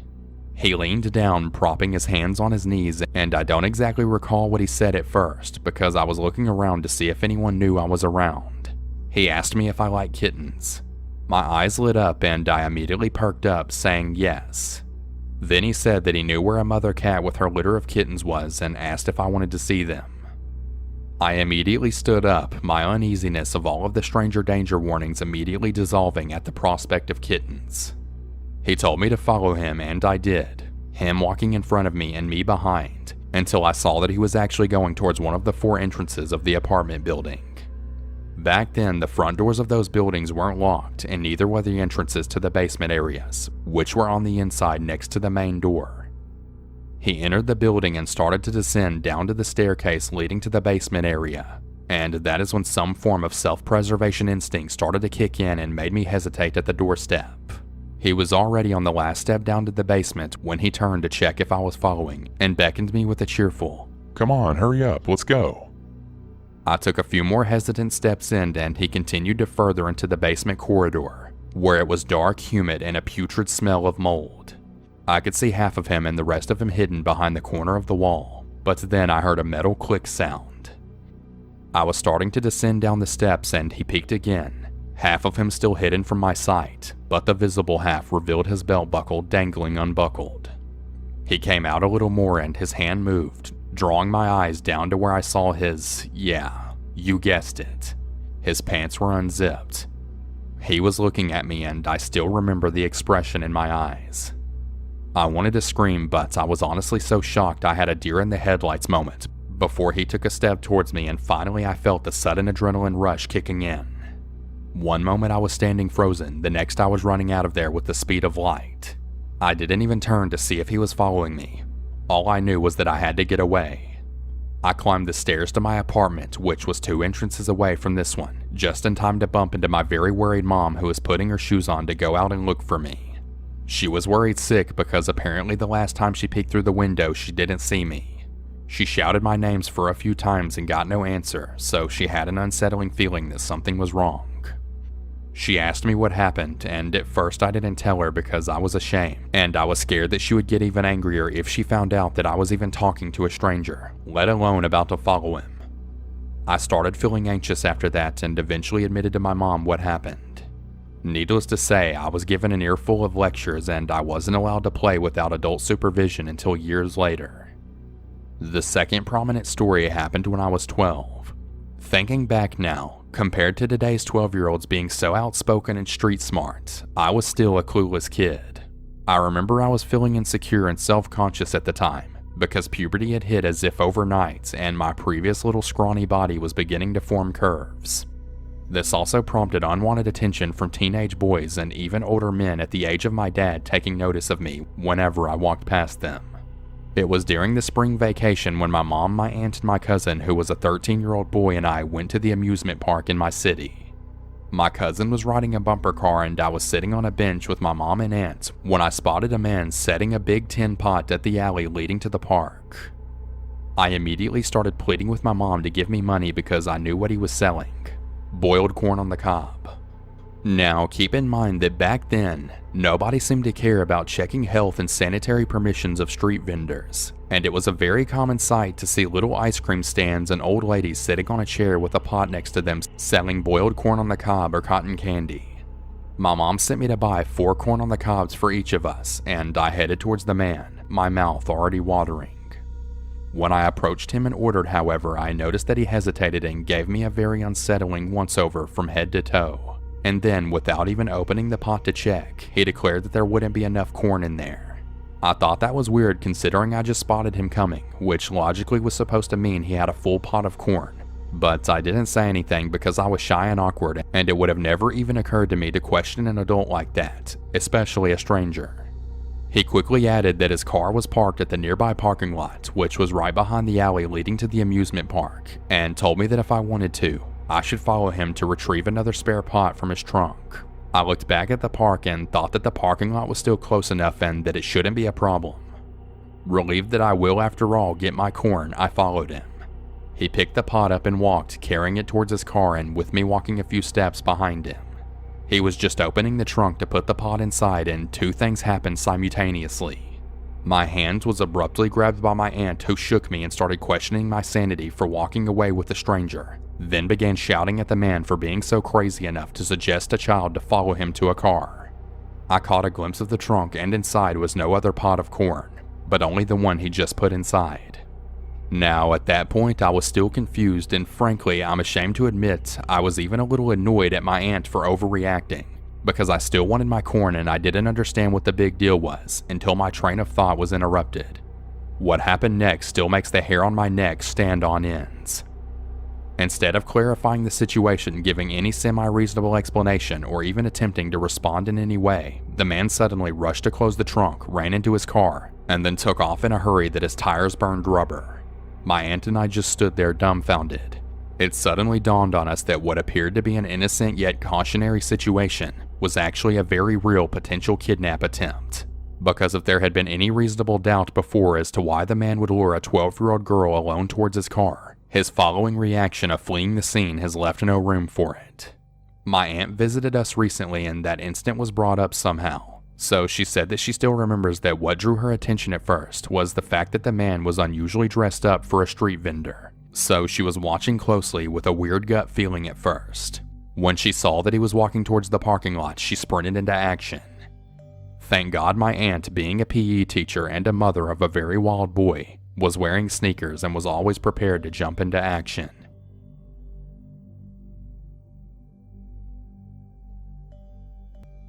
One day when I was 13 or 14, I met up with an old friend. His name was Ethan. When we met up, we decided to go to a large park that was located between our houses. We walked, went on the swings for a while, but left after a girl started shouting after us. We walked to the basketball court close to the exit as we made our way towards Ethan's house. This area was surrounded by thick bushes and trees that are easy to hide in, so we had no idea what was about to happen.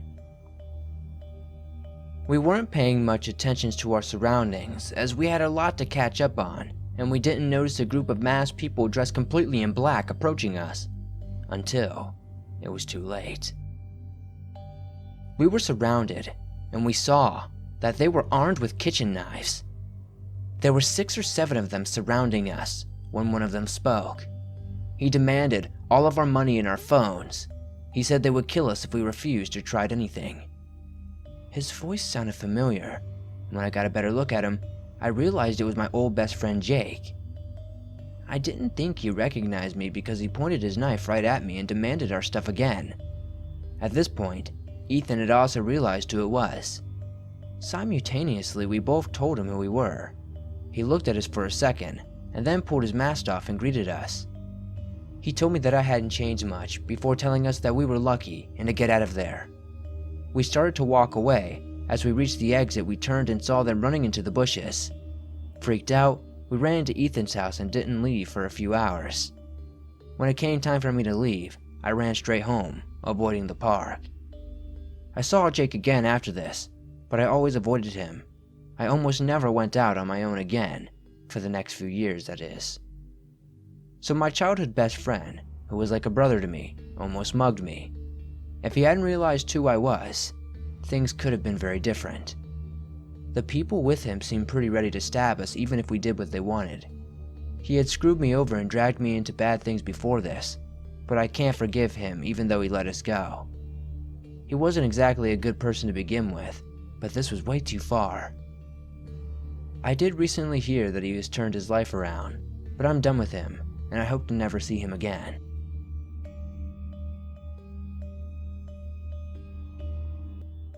So this happened to me when I was roughly 4 years old. Not super creepy, but it certainly contributed to my poor mother's fear of men, and consequently, the one she's instilled in me. Much more creepy incidents that occurred later on in my childhood only cemented this fact. When I was a kid, there was a company in my neighborhood that would drive around door to door and sell frozen meals and meat for relatively inexpensive prices.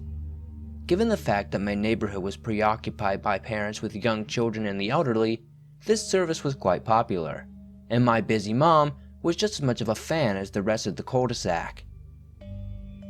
A few alternating people generally circled around weekly, and I remember them decently well, since my twin sister and I were very friendly and rushed to the door anytime there was a visitor. There was a very straightforward but kind woman who just wanted to get her job done, a sweet young man who adored our terrier, and a man roughly in his 40s who was generally very outgoing and talkative. Perhaps stereotypically so, based on his demographic, this story is centered on the last person. I don't recall the guy's name, nor does it matter for the sake of the story, so I'll just call him CDG, or Creepy Delivery Guy. Like I previously stated, CDG was a friendly guy, and outwardly quite normal. He was a clean-shaven, articulate guy who loved to talk about his daughter for minutes on end, who was about my age. He talked to my sister and I plenty while at the door all about her. Even so, my mom still got a weird feeling from him, but dismissed them solely as he hadn't done anything to warrant concern. After a few rounds in our neighborhood, he asked my mother if he could use the restroom in a polite manner because his shift had been quite long. She hesitantly agreed and he thanked her, then returned after an abnormally long time and gave us our order. After this, the shifts no longer alternated and it was just CO.AG who delivered in our neighborhood. He requested they use the restroom every single time he delivered, and eventually didn't even bother explaining.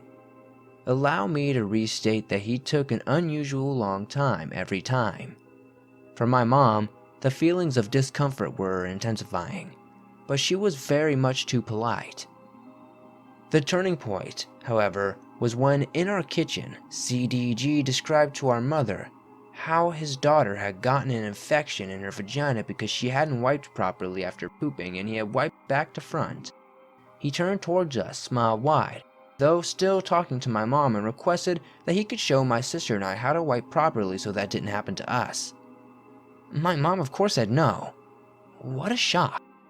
After that, she didn't answer the door when he came around, and whenever we saw him driving the truck in the neighborhood, CO.AG would glare at us. We later discovered through word of mouth that he was unmarried and didn't have any children.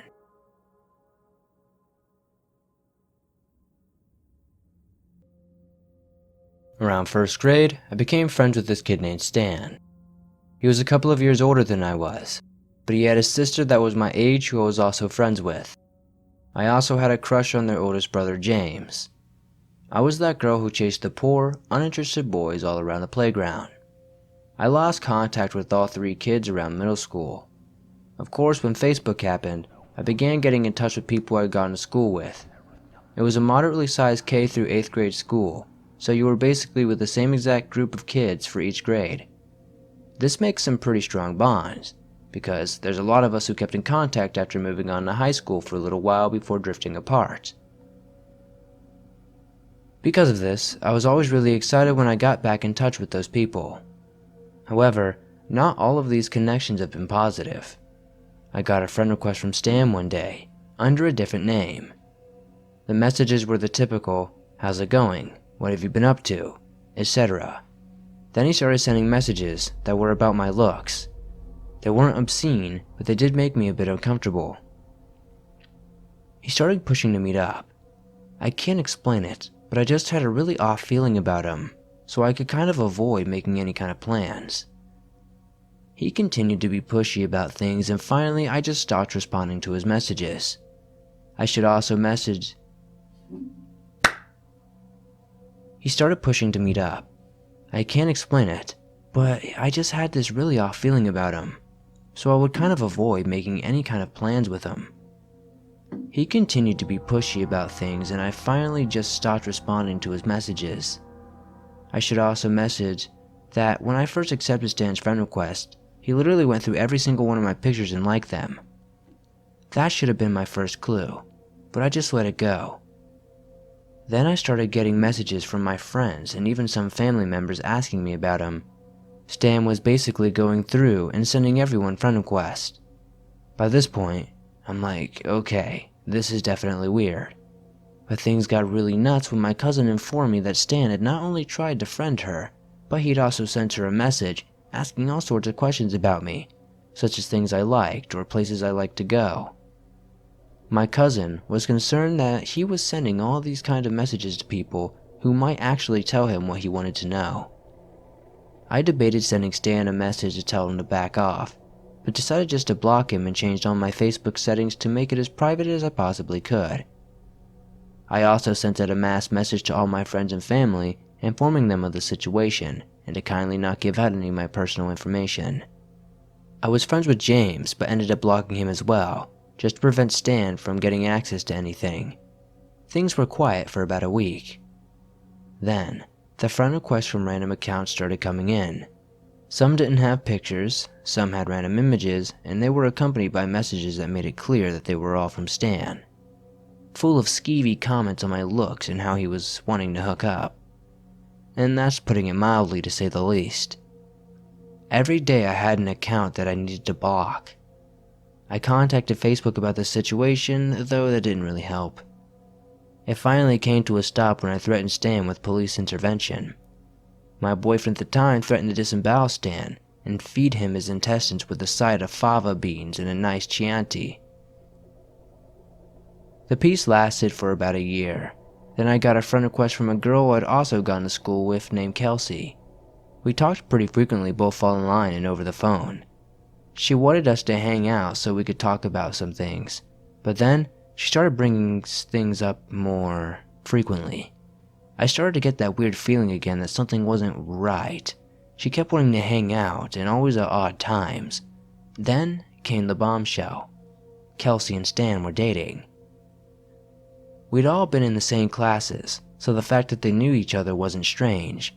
But for them to be dating, I confronted Kelsey about it and blocked her. But because we talked on the phone and they have my phone number, of course they both began calling and texting crazy things nonstop. I finally had to get a new number and change it. It's been over 10 years since all of this has happened, and I haven't heard from Stan once. Kelsey did try to friend me recently with a different account, and I looked through her Facebook and it shows she's married to another man and there's no evidence to Stan there. So I think I might, but I don't know. I don't think I'm taking any chances. I would just like to say before we start that I'm a sophomore in high school and I go to a public school. That also means that I ride a bus with the same people every day. Now that we have that out of the way, let's begin. Last year I got separated from my two best friends and was put onto a new bus route. Compared to the amount of people that were on the bus I rode in 8th grade, this one was practically empty. There were only about 3 high school students, including myself, and around 5 or so middle school students. Everything was going great until I decided to venture to the back of the bus. I was and still am a very anxious and antisocial person, so that was a big step for me to take. As the ride continues and everyone gets onto the bus, everything is perfect until our last stop. Let's call this kid Weasel. Weasel was also in high school. He didn't say much until about a week into school. He would start asking us questions. They weren't all that weird at first. They started out as questions such as, "What's your favorite color?" or "Who do you look up to?" Flash forward to the start of summer sports season. Weasel and I didn't get along at all due to how weird he had become. He had started making homophobic and racist jokes, claimed that he was a Nazi and that he wanted to murder all women like Hitler would with the Jews, given us all vulgar nicknames, threatened my life, and his questions had become more and more personal and offensive. As people on the bus started joining sports, Weasel and I were the only high school students on the bus, leaving me alone with him for about 20 minutes until the middle school students were released. He would also twitch violently, say my name over and over, grunt, move seats to get closer to me, etc. Within a week of enduring this, I became scared of him. I ended up sitting up front for the rest of the year until the middle school students got on. Flash forward to the present. I found out that his brother that lit a public bathroom on fire has a history of anger issues and would be joining us on the bus. Luckily, the bus driver puts the middle school students up to the front of the bus. Unluckily though, Weasel only talks about his brother, asks those offensive questions, threatens my friends and I, and spews homophobic and racial slurs. On the first day of school 10 days ago, he threw my earbuds out the window, cut out a chunk of my hair, and brought a dead raccoon on the bus. I'm absolutely terrified that this kid will try to hurt me and my friends, but I just don't know what to do.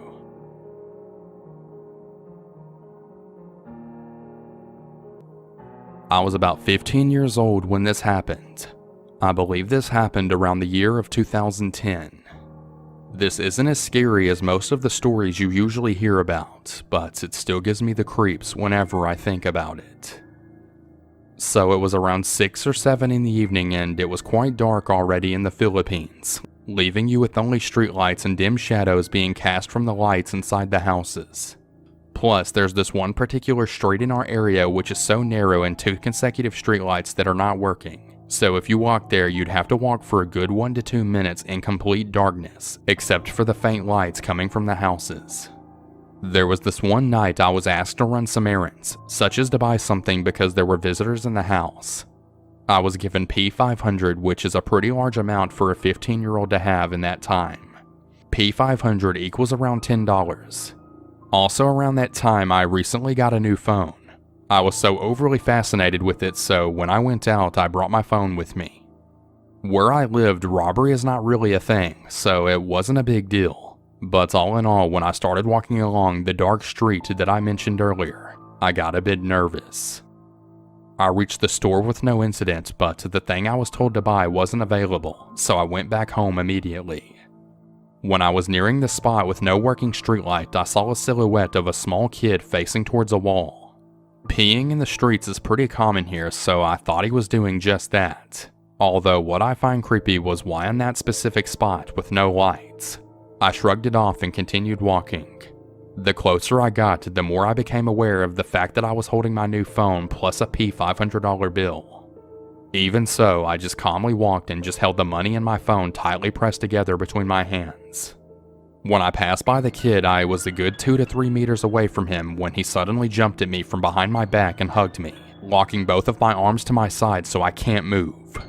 The first thing on my mind was to secure the money and my phone. He tried to put his hands in front of me and he grabbed me at my private. Yes, down there. But since both of my hands were in front of me locked together securing my phone and money, it was kind of making it hard for him to do just that. When he realized he couldn't do it, he resorted to grabbing my breasts instead.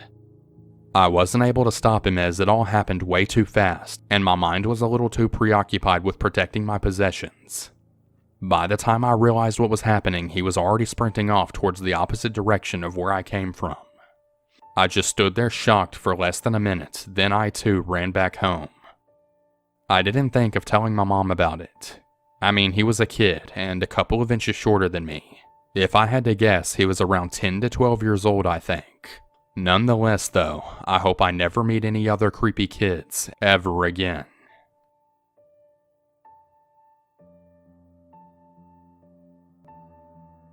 When I was around 11 years old, my dad took my little brother and I to a public pool and a man-made lake to swim for a few hours.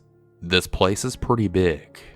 It has a beach where you can lay down your towel if you want, or you can sit on the steps or the concrete surrounding the water. Everything was fine at first. We were playing in the water with the other little kids like we usually did. But there was this one kid who just wouldn't leave me alone. He started with just bugging me and following me around, which wasn't really a big deal because I was used to playing with annoying kids. Then he started touching me, poking me, and when I asked him to stop, he said he could touch me whenever he wanted. Then he touched my breasts. I was getting really upset and was trying to get away from him, but he kept swimming after me. He went under the water and then tried to swim between my legs. No matter what I did, he wouldn't leave me alone. Finally, I got out of the water and ran over to my dad. I was out of breath, but he could tell something was wrong. But when he asked what was wrong, I just told him nothing and then sat down next to him until we left.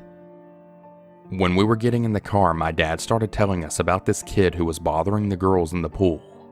He was jumping on their backs and doing other things like that, trying to cop a feel, and one of the girls punched the kid in the face. I think by the way I was acting, my dad realized something was up and asked if the kid touched me. So I confessed and I told him. He was mad that I hadn't said something while we were still in the pool so that he could have done something about it. I don't know why I was so scared to tell him. I guess I was just a little ashamed. My whole life I've felt stupid for being affected by this moment, because the person touching me was a kid just like me. It was terrifying though. I felt completely powerless and I just didn't know what to do. I guess I didn't know until that moment that if someone wanted to come up and touch me, they could just do it and couldn't really defend myself. I wish I had punched him in the face like that other girl had, but I was just so scared and just wanted to get away from him. I go to therapy now. Not for this, but I go.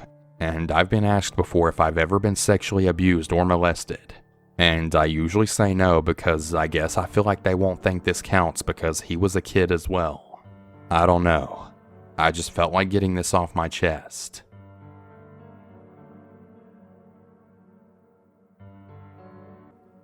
My mother had a friend who had 3 kids.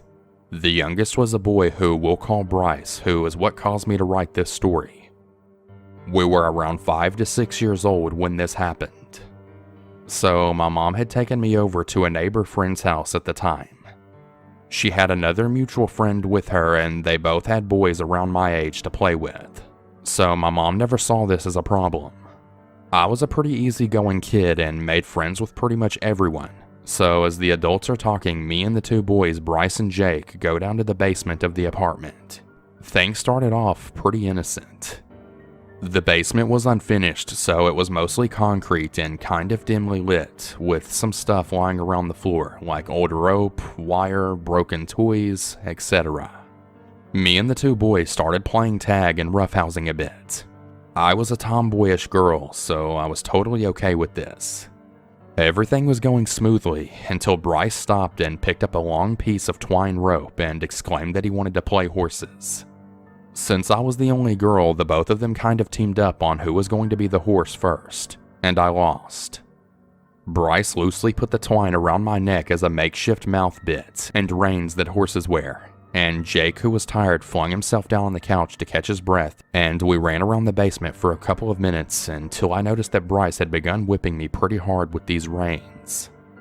I told him it was starting to hurt, but that almost seemed to make him do it even harder. Being annoyed, I loudly asked him to stop, and I told him that it was hurting me. As soon as I piped up, Bryce crisscrossed the rope and started to choke me and tried to drag me down with it. Jake jumped up from the couch looking horrified and started panicking, and I noticed he was too scared to say anything. In between struggling with the rope, I mustered with all of my strength to scream as loud as I possibly could to my mom. Luckily, my mom ran down the stairs and Bryce immediately dropped the rope. He then smugly pointed at me and said, "She wanted me to do it. She made me do it." Jake quietly protested in the background as he calmed down, and my mom wasn't an idiot. She could see where the rope cut into my skin and how pale and terrified I was. After checking me, my mother was infuriated and ran back upstairs and told Bryce's mother what happened and how he tried to cover it up with absolutely no guilt.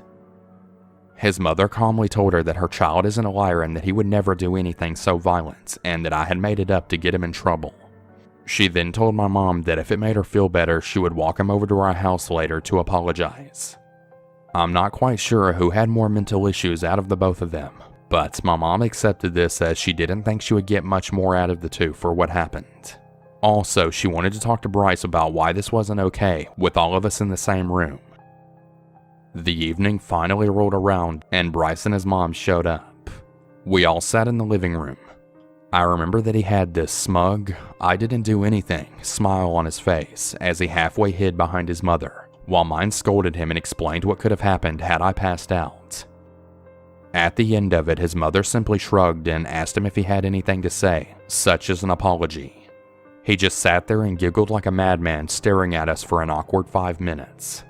They both got up and left after that, and I was told there would be no more unsupervised playtime for a while, which was fine with me.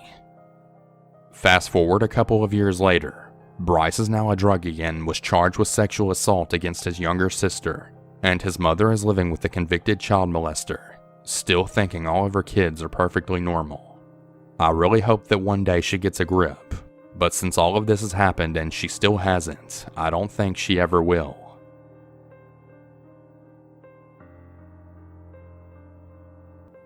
I used to babysit a lot. I love kids, and so I started nannying a bit on and off, but I seem to have the worst luck at picking families. The creepy dad who's all of a sudden staying home a lot, the crazy mother who fired me on a voicemail over a lie that her kids told her, the stripper who ended up having me stay 7 nights a week and saw her kid a lot less than I did, and then this one, which was the worst, and I only lasted 4 days. The family responded to an ad I placed for babysitting.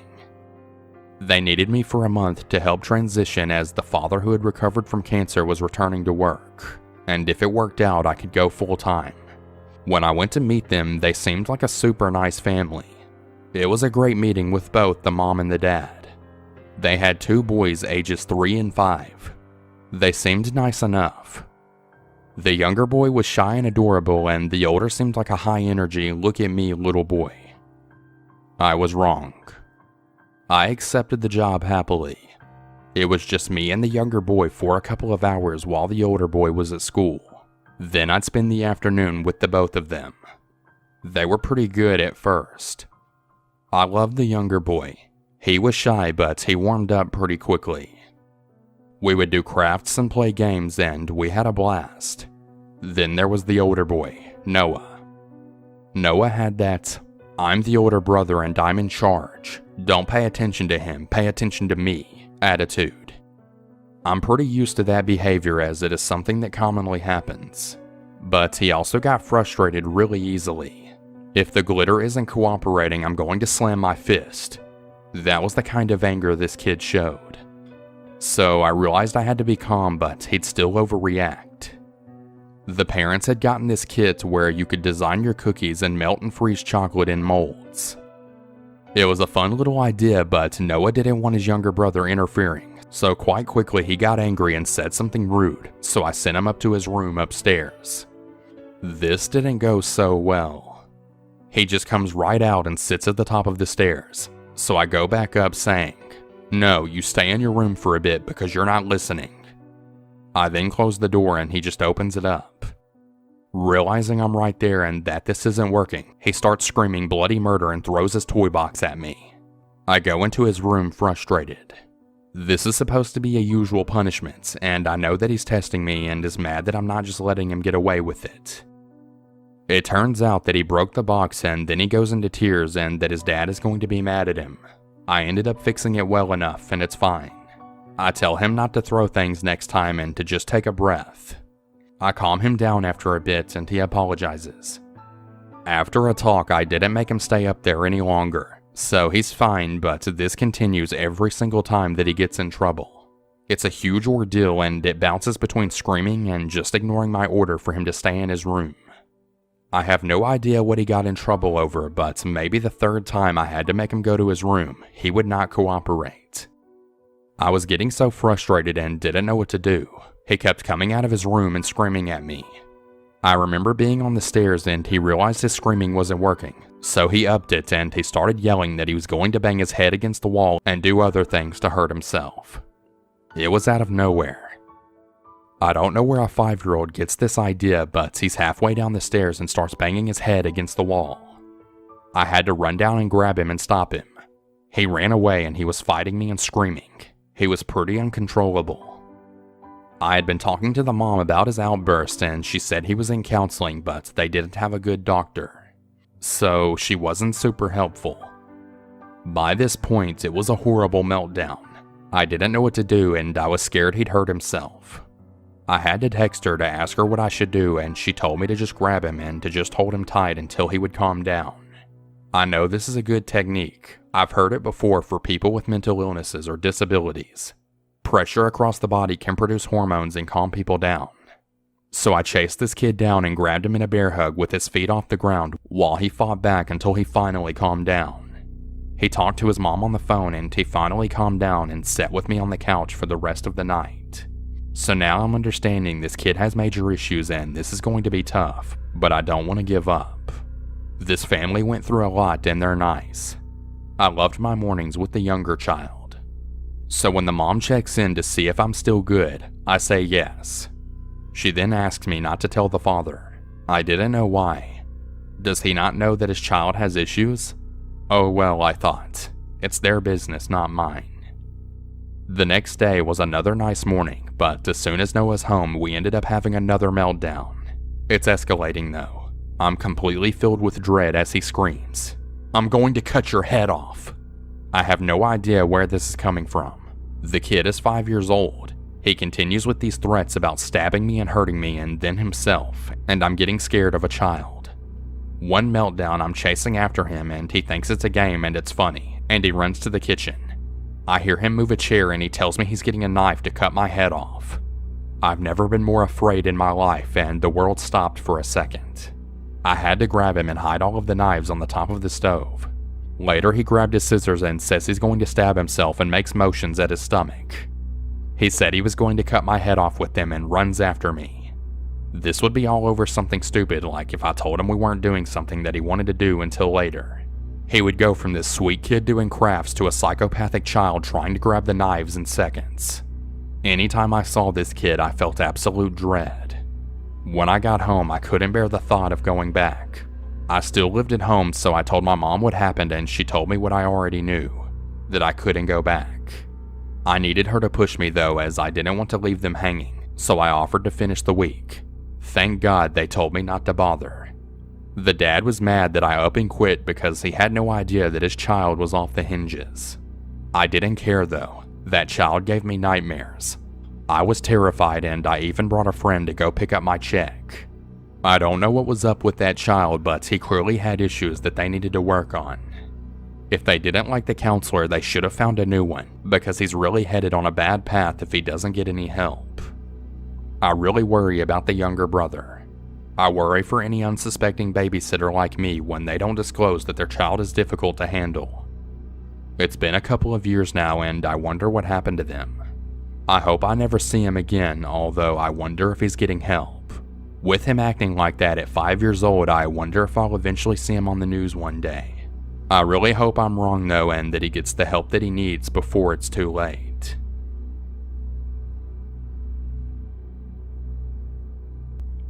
When I was about 4 years old, I had a playground fall that resulted in a serious cut to the back of my head that needed stitches.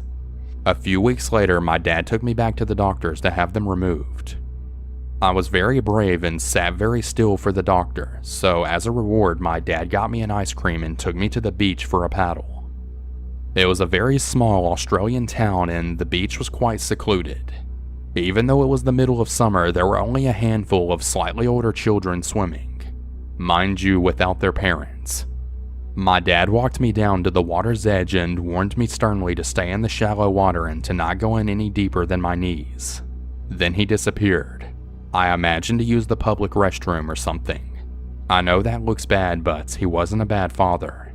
Sometimes he was just a bit irresponsible and sometimes absent-minded, but he meant well.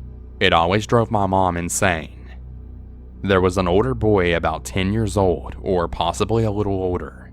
He was paddling around a few meters away but slowly came in closer, leaving the other children. Then he called out to me. I remember that he had blonde hair and was smiling brightly. He asked me what my name and age was. I answered, also filling him in on all of the important details about my trip to the doctors that morning. I was emphasizing that I had been a very brave girl to impress him.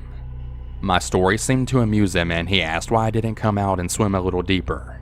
I explained that I wasn't allowed in past my knees until my dad came back because I couldn't swim very well yet and I would get in trouble. He assured me that I couldn't possibly get in trouble if he was teaching me how to swim, and besides, my dad wouldn't see because he was gone. When I was still hesitant, he then added, "Are you scared?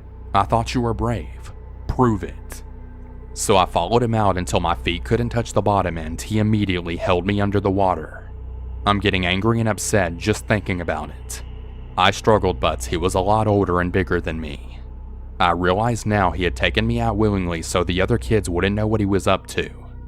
Drowning an unattended young child really is the perfect crime because you could easily pass it off as an accident. It was probably only moments before I lost consciousness that the boy abruptly let go and my dad lifted me out of the water. I can still see the look of bewilderment mixed with fear and the rage on my dad's face. Then, for what seemed like a very long time, he patted my back while I screamed, sobbed, and coughed over his shoulder.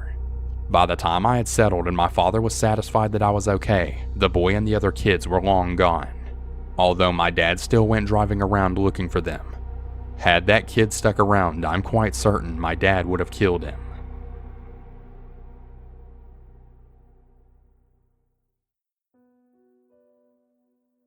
Hey everyone, I hope you enjoyed today's video.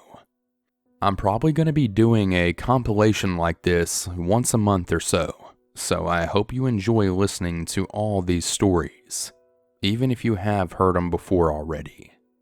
And before we bring this video to a close, let's shout out to all of my $5 or more patrons as well as my $3 patrons featured on screen.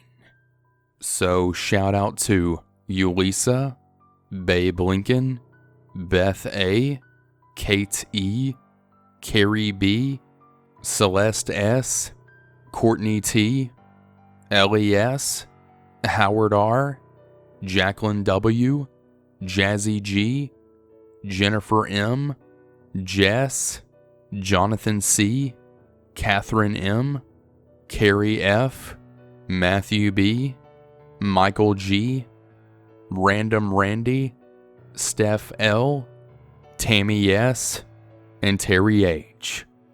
Thank all of you so much for supporting me on Patreon. And if any of you would like to join these awesome people and also become a patron on my Patreon, head over to patreon.com/southerncannibal. Thanks everyone, and have a good one. And remember to always stay